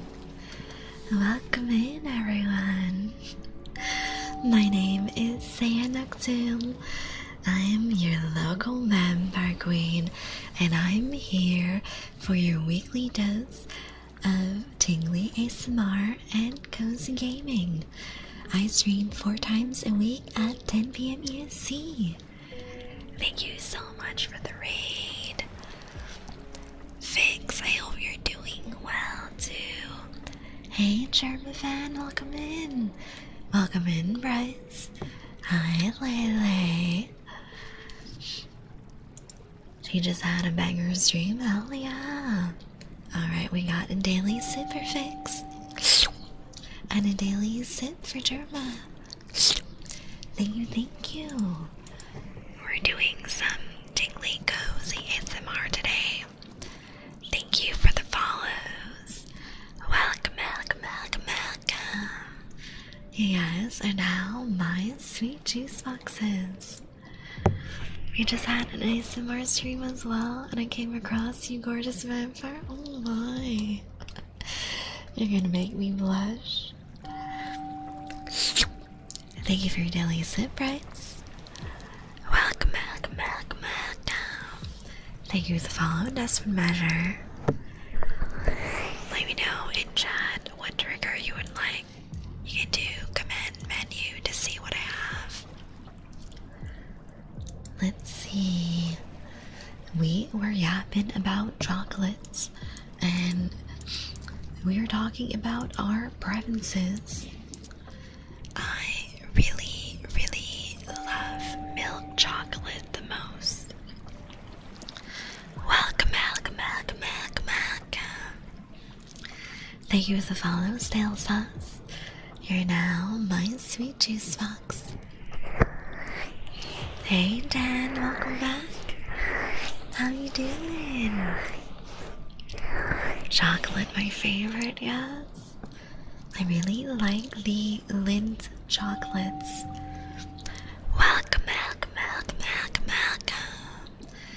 Thank you for the follow, Miss Acavia. You are now my sweet juice box. Welcome. Thank you for the follow, Wolfie Dom. Welcome. Thank you for the follow, Ethan Salterigo. You guys are now my sweet juice boxes. So, my grandma really love gifting me chocolates. And I have so much chocolate at this point that me and my roommates were having trouble finishing it all. And Easter is coming in a couple weeks, and I'm very scared for our snack pantry. Welcome. Thank you, the follow, Guru. You are now my sweet juice box. I still have 2 whole boxes of Lindt chocolate truffles and a small batch of Lindt chocolates as well. And I know for a fact my family will send me more snacks for Easter, and I don't know how I'm going to finish it all. At this point, I might host a tea party with my friends and be like, hey yo guys, here, have some chocolates.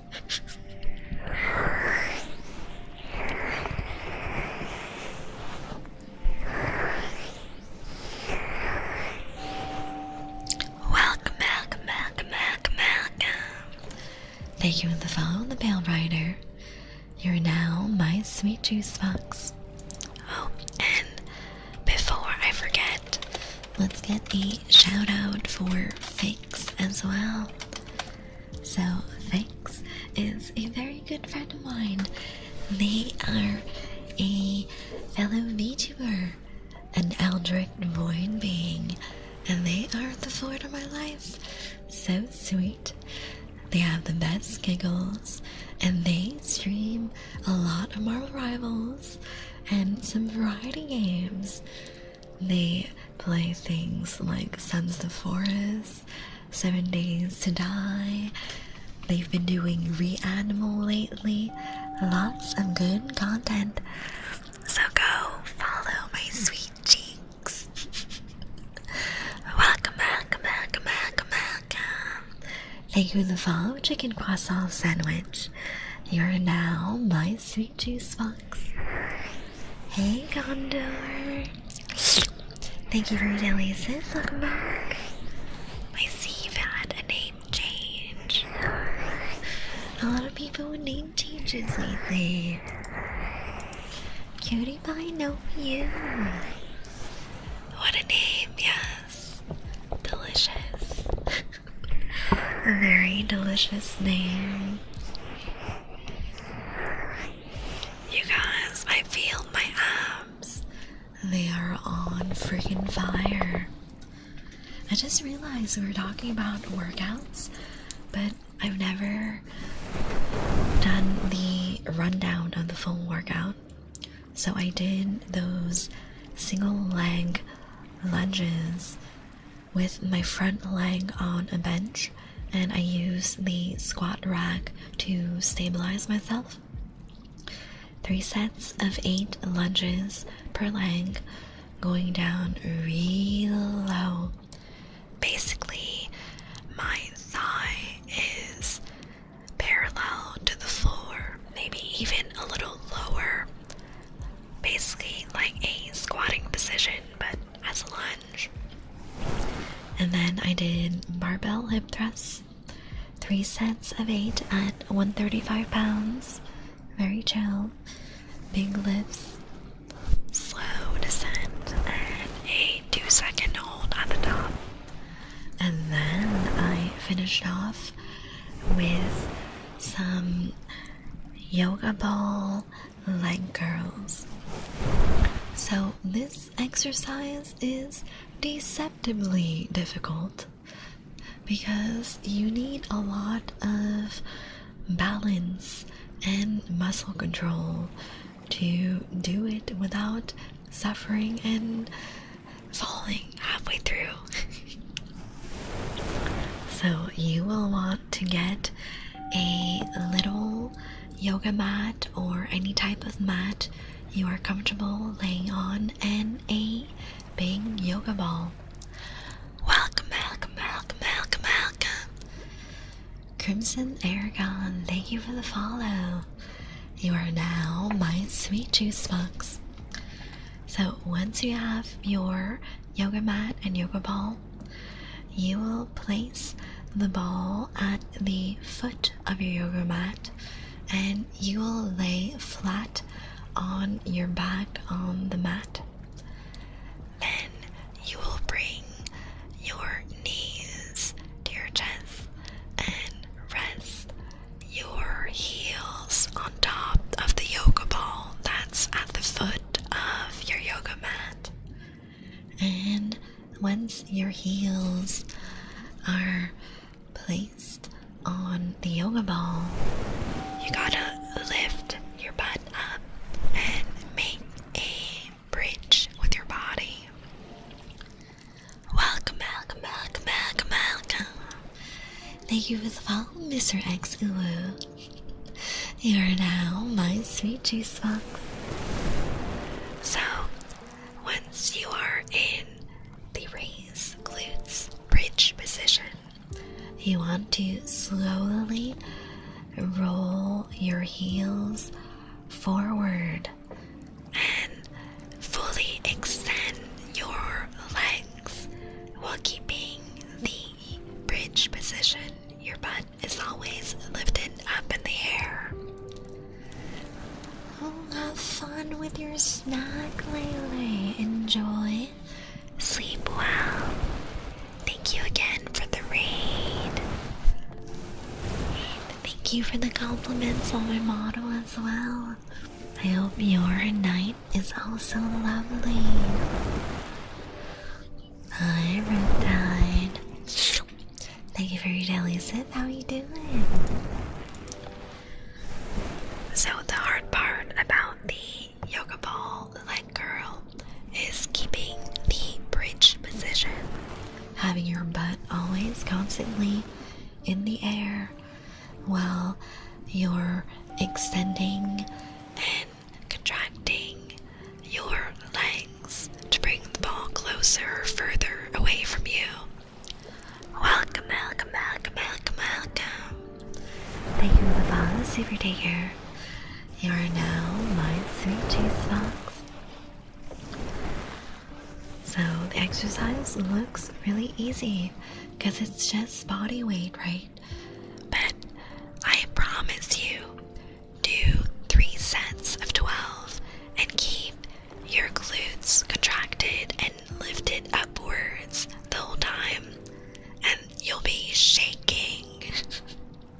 Thank you for the care package fix. Let's do a big stretch. Y'all really hear my joints popping today in my old age of 755. You can crack me like a glow stick. Let me grab some water.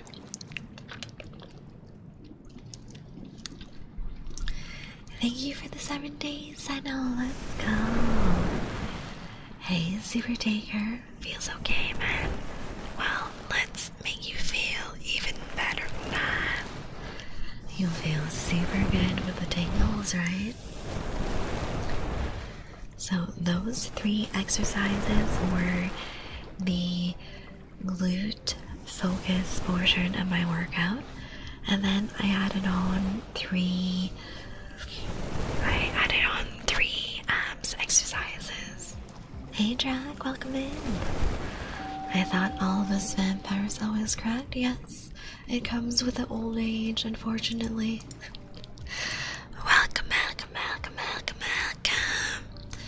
Thank you, the follow injured assassin. You are now my sweet juice fox. Welcome, welcome, welcome, welcome, welcome.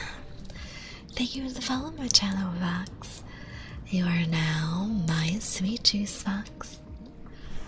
Gonna play some Minecraft, have fun, I know, enjoy the games.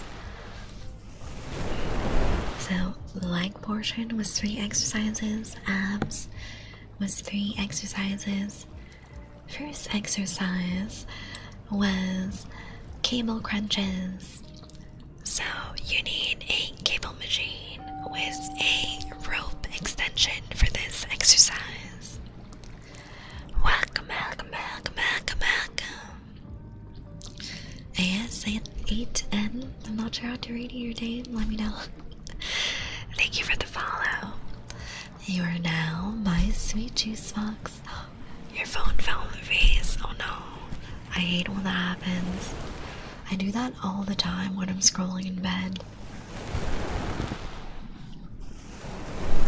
Hey Gabby, welcome back. Thank you for your daily sip. How you doing? So, for the cable crunches, you can attach the rope attachment to the cable machine, bring it all the way up, and then put a very big weight on that because your abs are surprisingly strong, I promise. And land it in my mouth. Your phone kissed you. Hey Void. Thank you for your daily sip. Welcome back. How are you today? Oh, it is a Satan. Oh, get it. That makes more sense. EP, yeah, it is EP time in the Vampire Castle. Wow, it's the Queenie, it's me. I wish it felt like I got punched in the mouth. Yeah. Phones hurt, man. So, cable crunches. Hold the cable ropes in your hand, one side in each. Welcome, welcome, welcome, welcome, welcome. Thank you, the follow R6J. You're now my sweet juice fox. So hold the rope, one in each hand. Hold it over your shoulders and walk facing away from the cable machine. And kneel down. Then you will do the crunching motion. You want to bring the bottom of your ribs, you want them to touch the top of your hip bone. That is the crunching motion you want to do. And I did 3 sets of 10 for that one. It was a little challenging because I did 80 pounds and I'm only about 115 pounds, so the weight really wanted to pull me upwards. Welcome, welcome, welcome, welcome, welcome. Thank you for the follow, that lone wolf guy. You are now my sweet juice fox. Welcome, welcome, welcome, welcome, welcome, welcome. Thank you for the follow, Manoic Nomad. You are now my sweet juice fox. Thank you for your daily sip, wolf guy. Hope you're doing good tonight. Oh geez, hope this kiss helped, yeah. There, another one. Did you know sloths can hold their breath longer than dolphins? Really? But why would a sloth need to hold their breath like that? Welcome, welcome, welcome, welcome, welcome. Thank you for the follow, Isekai Idol. You are now my sweet juice fox. You know, I'm surprised that sloths are even an animal. They move so slow, and their anatomy is very strange. Sometimes I also wonder why koala exists, because they're very cute, but they do not have a lot of brain capacity. Seahoos, welcome back. Thank Thank you for your daily sip. How you doing? It did. Thank you. Good, good. I do like the soft Pokemon though, it's pretty cute. What the vampire doing? I am yapping with you guys about my workout. So, after the rope cable crunches, I did some weighted Russian twists With a 10-pound weighted ball. So you can make this exercise easier or harder depending on your fitness level. And to make it harder, you can add weight and lift your feet off the ground. If you want it easier, reduce your weight and you can put your feet on the ground. You're basically sitting on a yoga mat with your feet on the floor and your knees at about a 90-degree angle. At this point, you can either grab a weighted ball if you want one, or a weighted plate or dumbbell. Whatever you have on hand can work. And then if you want to make it even harder, lift your feet up in the air and try to keep that 90-degree angle in your knees.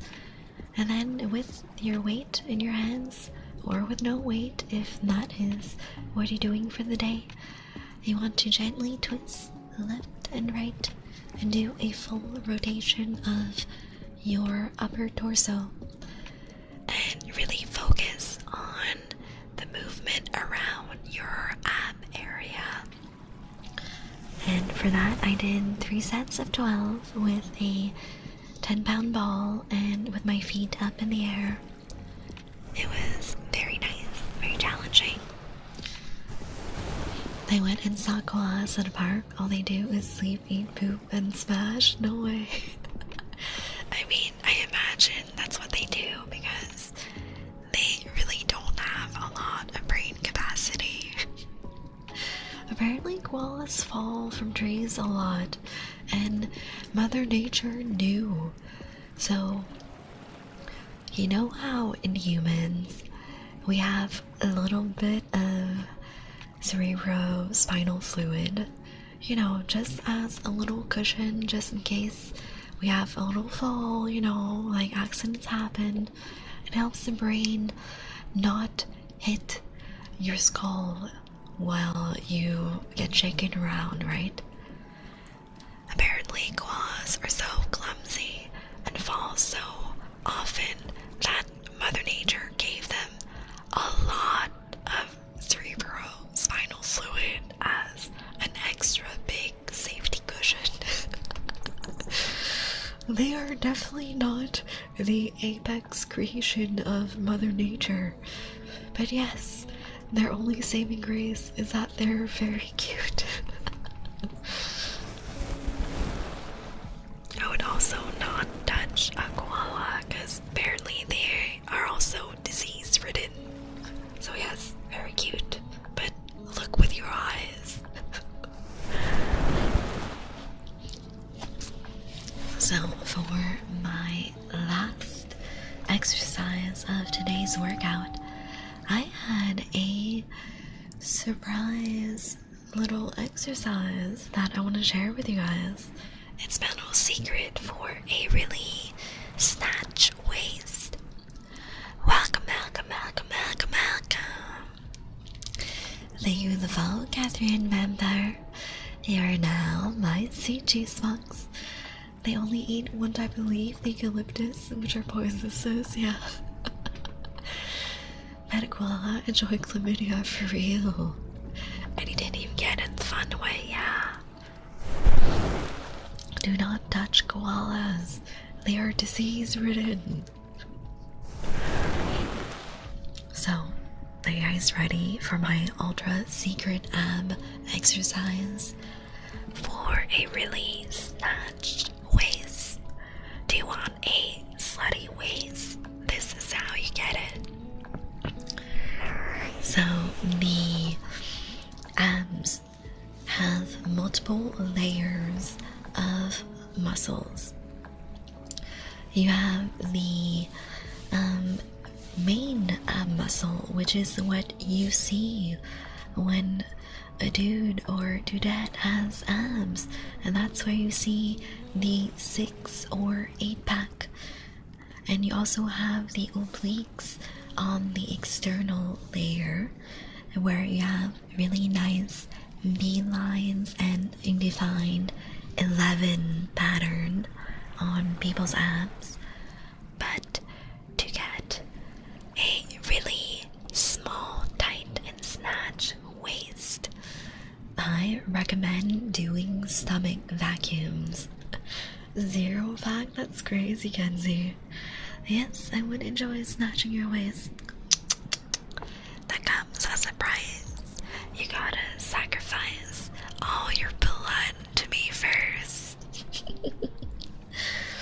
So, stomach vacuums. I don't know if you guys have seen old-timey photos of Arnold Schwarzenegger when he used to do bodybuilding when he was much younger. You've probably seen photos of him flexing and sucking in his stomach really, really, really tight, and you see the bottom of his ribs showing because he has so much control on the deep ab muscle layers under the external muscle layers that most people see. Doing that really strong and controlled stomach vacuum is what will strengthen the inner layers of your ab muscles and help get a smaller, more snatch, sluttier waist. Can't blame a shooter for taking a shot, yeah. I already sacrificed all my blood in the first stream, but what about second breakfast? If a shot of blood is what it takes, of course. Do you have to exhale for the vacuum? Okay, so here is the strange part. You are sucking in. What helps me is gently leaning over a countertop or over a bench with my forearms, so my shoulders are slightly hunched in, and then you want to imagine breathing in really hard and imagine that you're trying to touch the back of your spine with your belly button when you're sucking in. And now you want to hold that position. Squeeze, squeeze, squeeze, hold really tight. Pretend your belly button wants to touch the back of your spine. And continue breathing normally. So that's how you perform a stomach vacuum. If you see a really strong person do it, the vacuum is more intense. You see the bottom of the ribs pop out more prominently. Like the photos of Arnold doing it looks absolutely insane. But it's normal if you don't have such a defined vacuum in your stomach if you're starting out. I recommend trying for 2 sets of 30 seconds at first, and then slowly increase to a 3rd set. And then once you're comfortable doing a 3rd set, slowly increase the time. Usually I do them every other day, and I do 3 sets of 1 minute, and it's pretty easy to do. You can do it while brushing your teeth, and you can do it while waiting for your food to heat up in the microwave. You know, very simple exercise.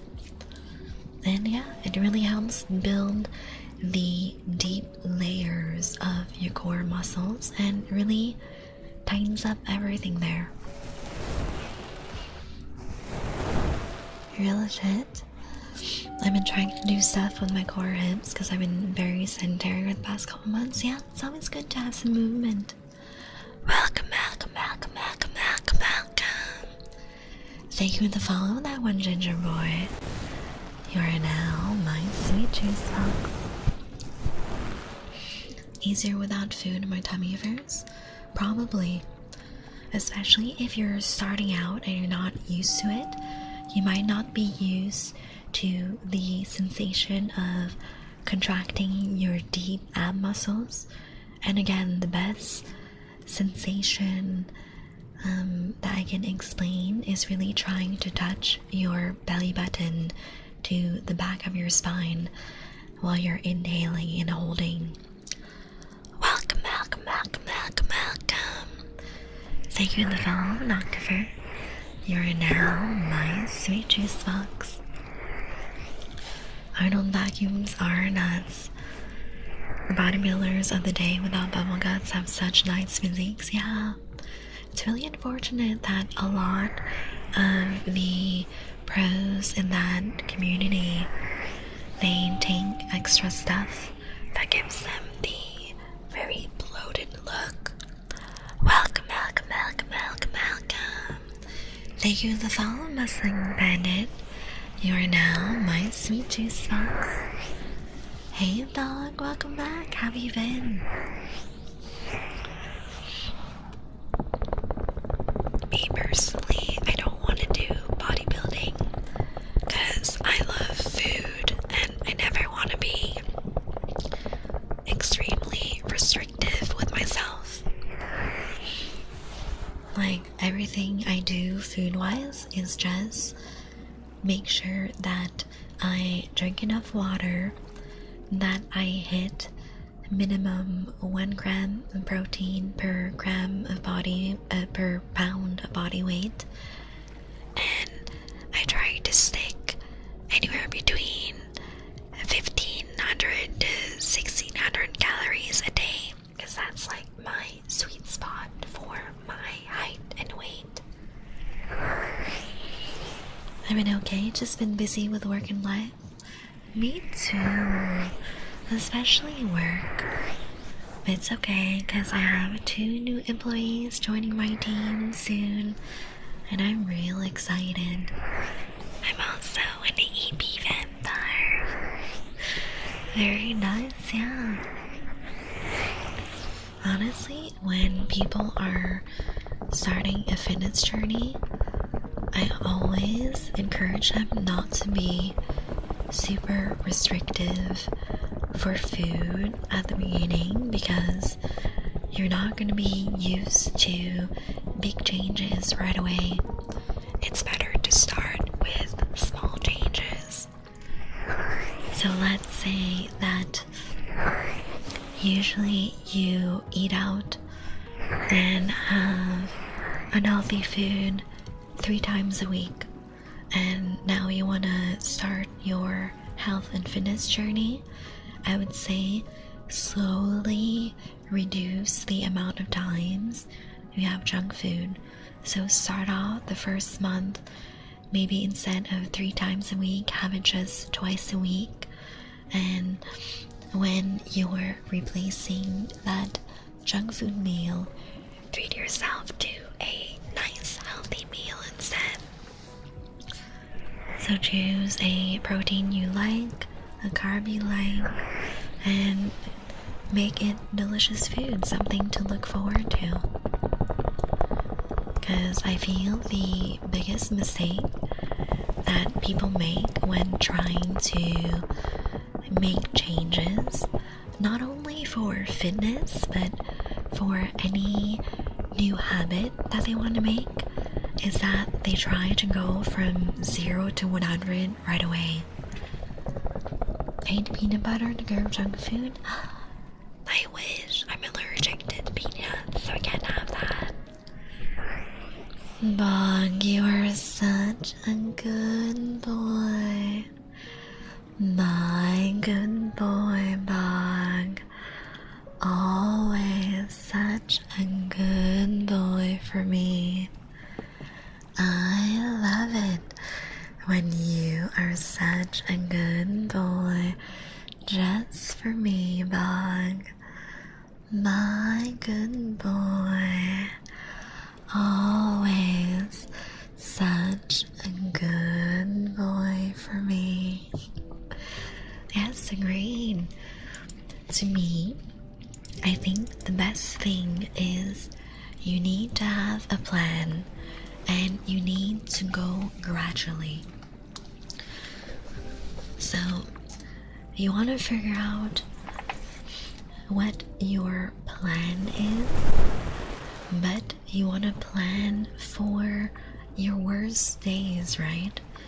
Because if you plan for a day where you have maximum energy, you've slept really well, you're really motivated that day, and then you're scheduling yourself for, I don't know, a 1 hour workout every single day when you haven't worked out before, it's not gonna be a plan that you can stick to. You want a plan that's realistic, that can be done when you're having a bad day, when you don't have the energy, when you're not motivated, and you really need to be honest with yourself and ask yourself, hey, when I am not at my best, what is the minimum thing that I can do that will get me a little closer to my goals? And it doesn't matter if it's not a perfect plan for a perfect day. The important part is that you have a realistic plan that you can get at least a little bit done every single day. Because I promise you, slow and steady progress is better than one day of you putting in 1,000% effort and then never coming back to the habit. Hey Otaku, welcome back. Thank you for your daily sip. Welcome. Thank you as follow, Kenzo Sofo. You are now my sweet juice box. Otaku, I know your 5% say so. Just because you grind the bot a little bit for an extra 40% doesn't mean I don't know you. 81%, let's go. So I was listening to this influencer where she explained that she has done this for multiple aspects of her life, where she's making plans and making sure that they're plans that she can see through on the worst of days. So for example, she was saying that she wants to be healthier and exercise more, and she was explaining how it's not realistic for her to be able to go to the gym every single day when sometimes she has no energy, no motivation, and she has all this work to do. But for her, the plan was, if she cannot go to the gym, she will instead have a 30-minute walk. And for her, that was really a good choice because it made her feel like she was committing to the plan even on the days where she's more tired. It helped her move towards her goals step by step. And then it's also encouraging because on a different day, when she's also having a bad day, she can look back at the other day where she did her walk and tell herself, hey, I'm able to do this at a minimum and still feel good about myself and about my goals. And really the important part for all of this is not focusing on the results, because let's be honest, if something is worthwhile having, it is not something that is easily obtainable in most cases. It is more important to focus that you did the thing. You got out of bed, you did your walk, 30 minutes of exercise. You did a great job. Focus on that part and don't focus on the results. Because as long as you are consistent, as long as you cheer yourself on for doing the thing, for being consistent with your habit, the results will come. You really gotta trust the process. And this really applies to everything. It's not only for fitness or nutrition, it applies for your personal projects, for your hobbies, for your career. Hey, Frog, welcome back. Thank you for your daily sip. Thank you for your daily sip, Kenzo. True, 755 years of wisdom, yes.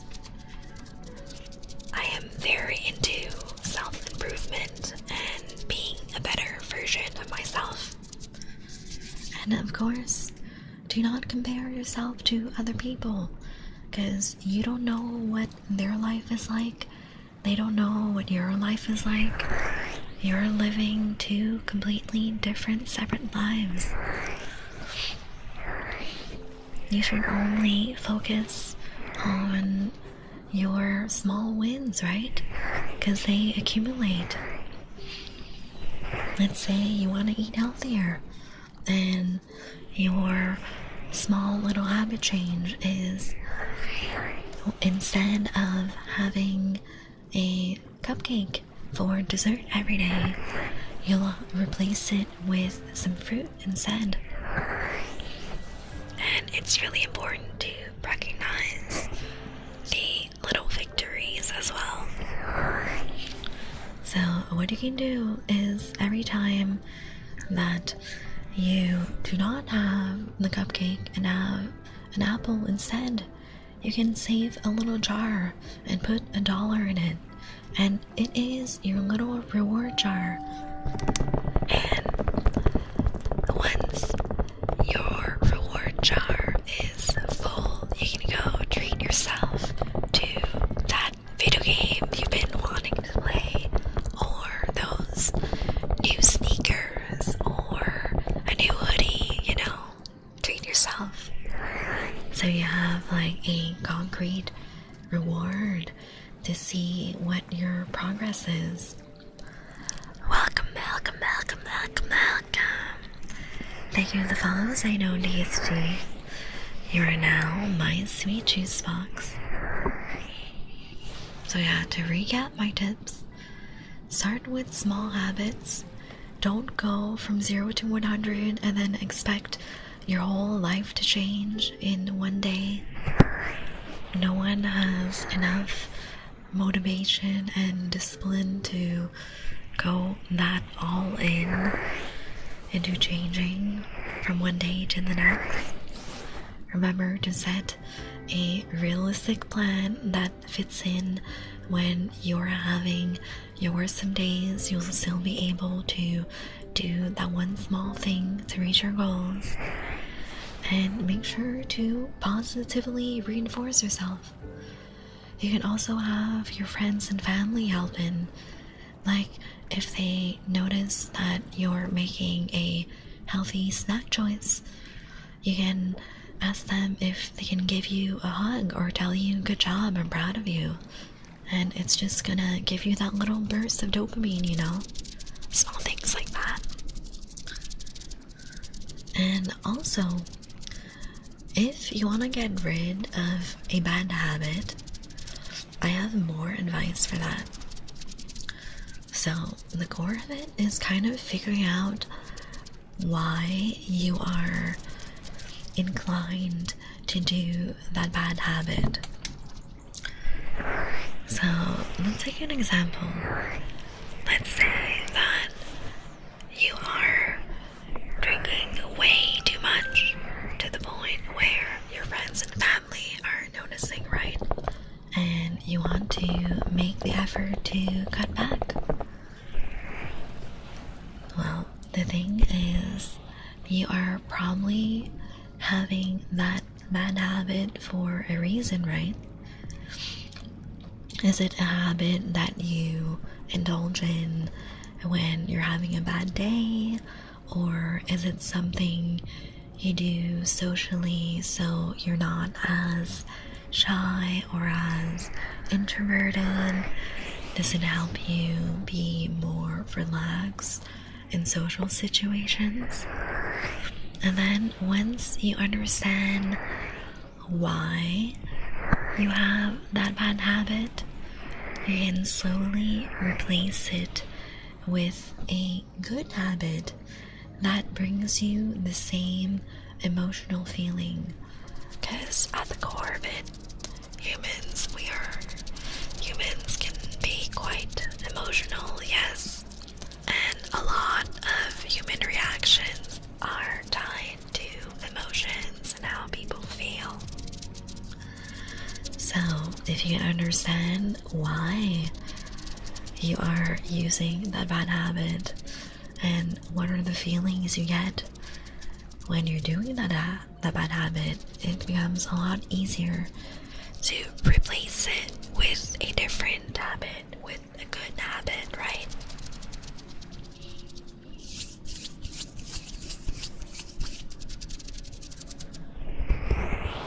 And again, all this advice is really for each person to tailor to their own needs.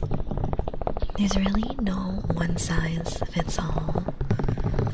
And again, comparing yourself to other people is not helpful. I feel that no one really likes being compared to anyone else. So why are you comparing yourself to other people, right? Be kinder to yourself.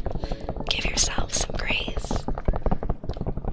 And celebrate all the small wins, these small goals that you're able to reach every day.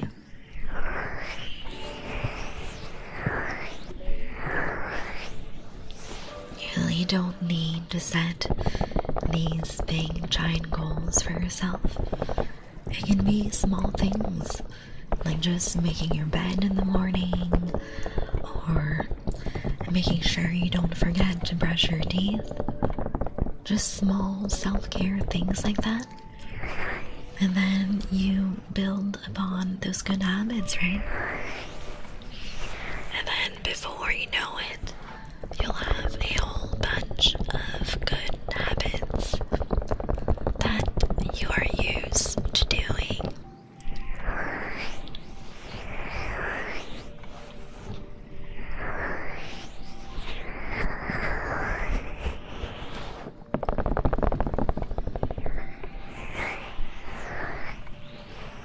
For me, what's really helped is adding the walking as my exercise. Like that other content creator, the walking really helps.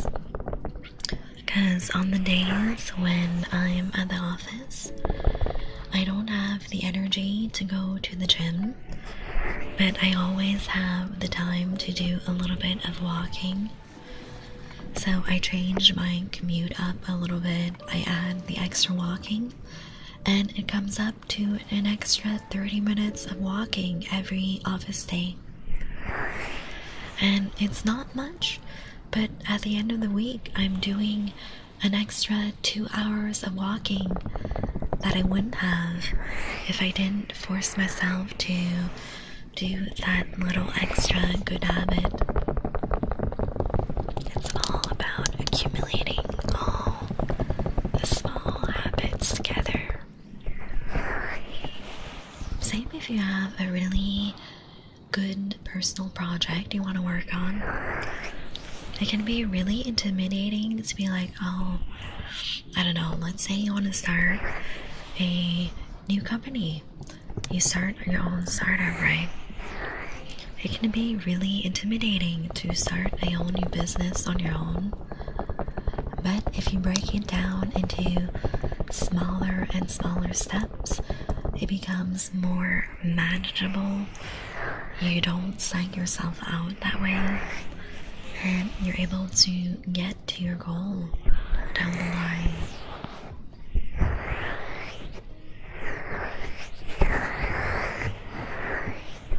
Oh, I really do like the mix of ear cupping and tappies.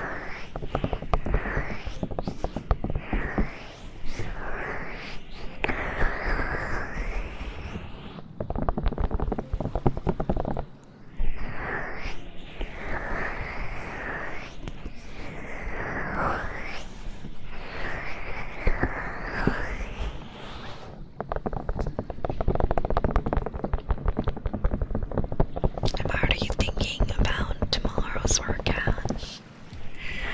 I think I'm gonna do some bench press. I don't know if I want to do a barbell bench press or a dumbbell bench press yet. I used to walk to lunch when I was working as well, yeah. Some deliveries and some walking. I love that. Whenever I'm not on the factory meals, I usually walk around on my lunch break and go see what food there is outside, and I'm always trying out different places. There's some really great food nearby, and I'm always eating different kinds of cuisines and different lunches. And it always adds an extra 10 to 15 minutes of walking whenever I go out for lunch, so that's really nice as well. On those days, I end up around 45 minutes walking instead of 30. So again, it's not much, but at the end of the week, it's an extra hour walking for me. It's great having good spots to eat your work, yeah. I've been really lucky with all my jobs. There was always a shit ton of restaurants around where I worked, and I always had options for lunch. Although I tend to look out for all the Asian restaurants and eat there.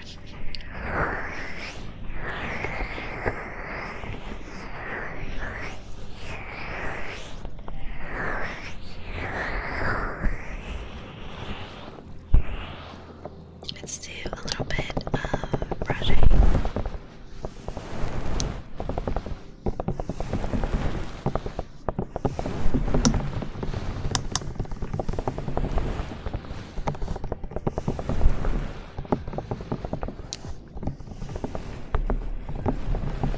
I'm really excited for dinner tomorrow as well, because We're celebrating my friend's birthday.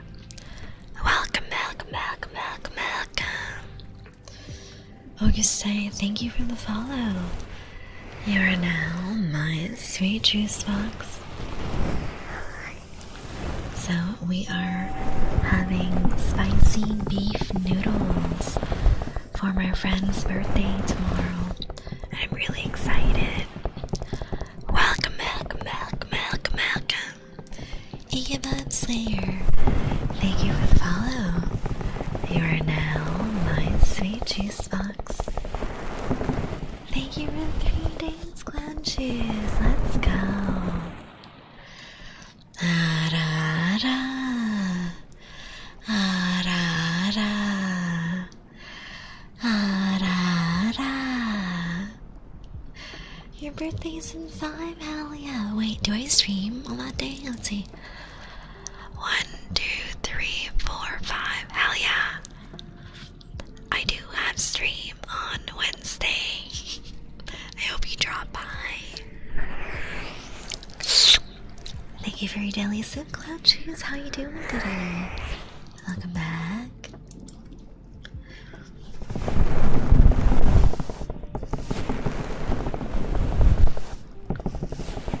You know, I really like my work because we do little birthday celebrations for everyone.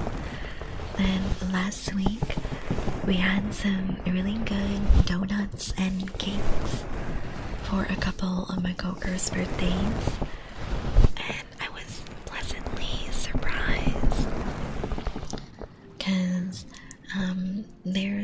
couple of people that are like vegan and or vegetarian.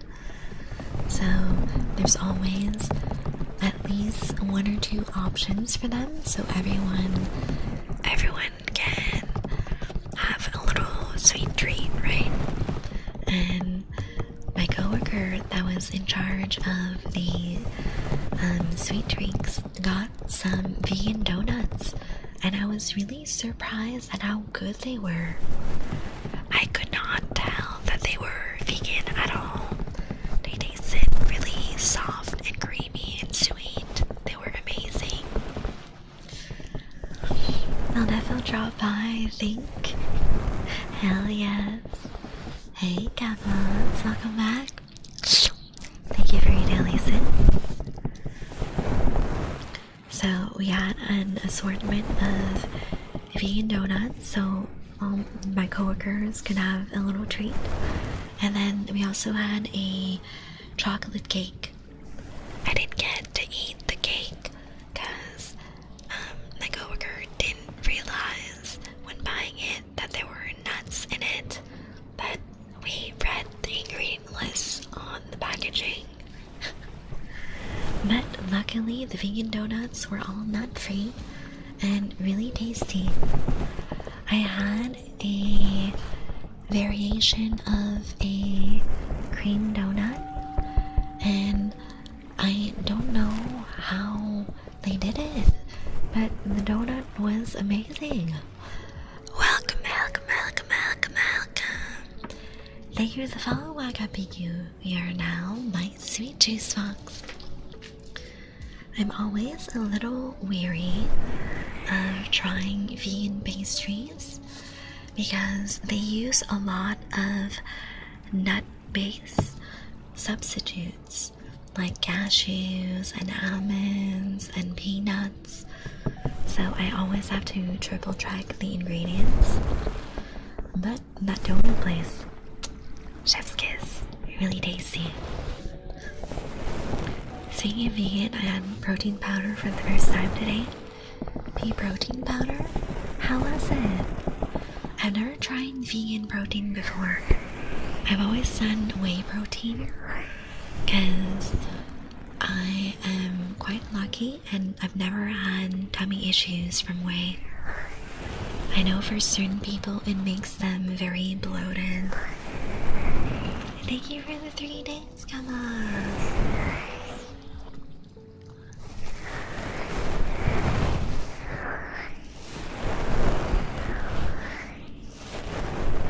This pea protein powder has the same grams of protein per calorie. I'm very curious. Let's see. I do know that 1UP Nutrition does have vegan protein powder. You never had whey, really? Let's see. 1UP also has protein that is vegan, and it is with a blend of pea protein isolate and sunflower seed protein. So those are the 2 blends that they use. Let's see. Oh, it's very similar. So their vegan protein is 24 grams of protein for 130 calories, which is very similar to their whey protein. Hey, Shadowfed. Thank you for your daily sip. Welcome back. How are you today? Welcome. Eclipsey Connery, thank you for the follow. You're now my sweet juice box. My regular whey protein is 25 grams of protein and 140 calories. So really you can go with either and have very similar results. Thank you for the hit that Skywalker. Hey Sam, welcome back. Thank you for your daily sip. Yeah, per serving. So it's really similar. I don't know if it's the same across other brands, because the 1UP Nutrition one is a blend of pea and sunflower seed. Thank you for your daily sip of Satan. So tasty.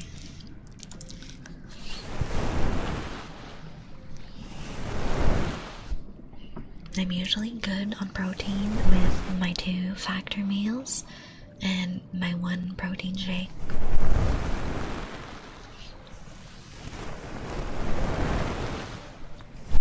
Let's see, I had 90 grams from my meals plus 25. Today I had 115 grams of protein, which is exactly what I need. From what I looked up on protein, whey and pea both have about 80% protein, yeah. So the scoop for the vegan protein is 33 grams per serving, 24 grams of protein, and 130 calories. And then for the whey protein, the serving is a bigger portion. It is 38 grams in a serving with 25 grams of protein and 140 calories. But I also think it depends on the flavor, because my birthday cake one is 140, but I think the coconut ice cream, or was it the sundae ice cream, is 160. So it really depends what flavor you get, yeah. Personally, I don't think like 10 to 30 calories is much of a difference in a serving. You're still getting the nutrition you need from the protein powder. It's not flavored. That'd be really nice. You could add it to pasta sauces and to stews and to a lot of your dinners. That's actually really great.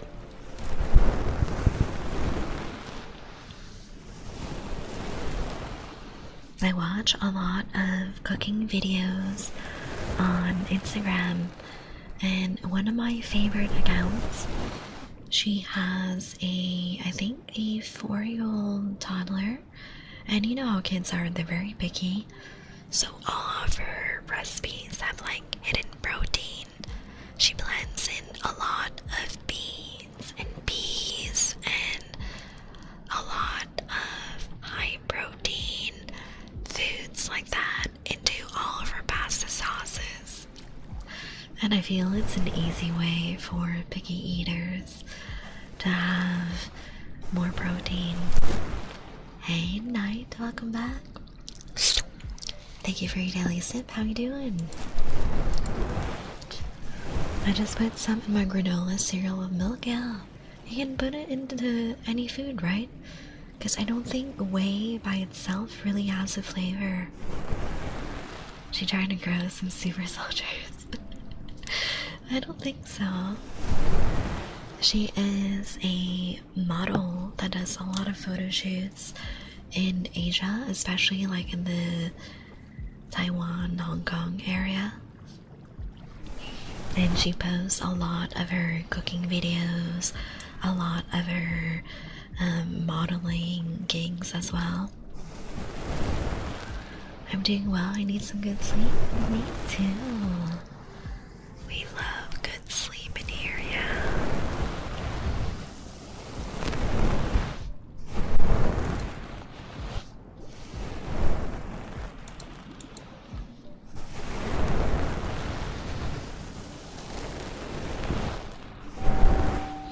Welcome. Thank you for the follow, Debbie. You are now my sweet juice box. I'm gonna reduce the amount of protein next time. I think you put too much, around 40 grams. I think that with 40 grams, the food would be a little too powdery after some point, right? It'd be hard to blend it into any sauce you're making. I do think that the 25 grams of protein is the perfect sweet spot Where you have enough protein to hit your goals, but it's not so much protein that your food starts tasting weird.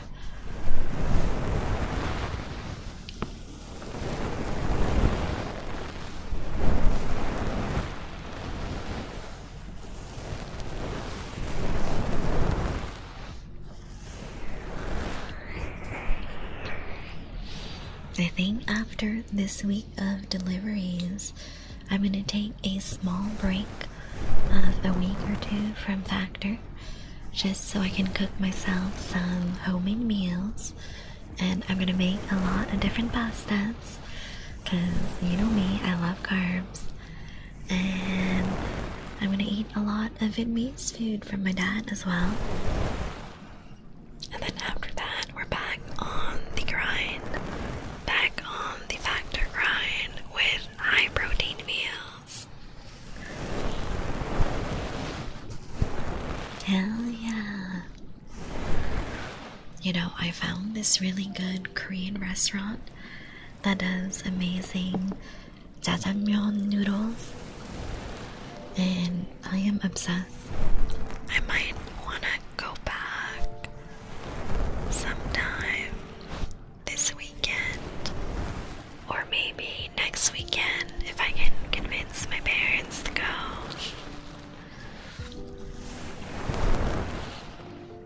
I live on spaghetti with vodka sauce. Yeah, that is good shit. I love that. So, the Korean restaurant I went to, they specialize in house-made noodles. Everything is made in-house, fresh, and You can tell the noodles are so bouncy and have that perfect texture when you bite into them. they do different styles of ramyeon, they do jjajangmyeon, they do japchae.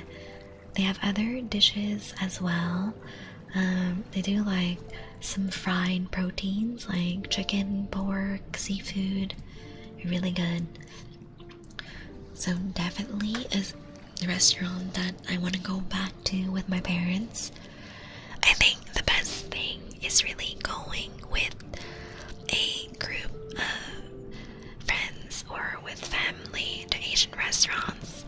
Because then you can order multiple dishes and share and have a little bit of everything. Low-key, my Asian ass finds it really weird when I go to Western restaurants and everyone orders like their own little plates. I want to eat everything. Thank you for the care package, Nilkor. So done a chicken breast or pork cutlet or some sausage, yes. I love spicy sausage, and Fix has been making me crave spicy turkey sausage all week. Let me have some water as well. Melanora, thank you for the raid. Oh, thank you so much. Welcome in, raiders. I was about to raid out though. It's about to be a double raid. How was your stream? Did you do some cozy ASMR as well? I hope you guys had a great time with Melanora. I got a cat type. I'm glad you had a great time. Hey, to see, welcome in, welcome back. Thank you for your daily sit. Well, before I leave, you guys, hello, my name is Sanoctune. I'm your local vampire queen, and I'm here for your weekly dose of tingly ASMR and cozy gaming. I stream 4 times a week at 10 p.m. EST, and I'm really happy you guys rated in. Thank you let me pick someone to rate to. In the meantime, here are my socials. I am very active on Twitter and Discord. Y'all can come and chat. We are also doing a movie night in Discord Saturday night if y'all want to come in and watch Nosferatu with us. Yeah, long stream. We love that. Let's read someone new today. Alright, you guys. I will see you guys Saturday for the movie. If not, my next stream is Sunday at 10 p.m. ESC. I love you lots, my sweet juice boxes.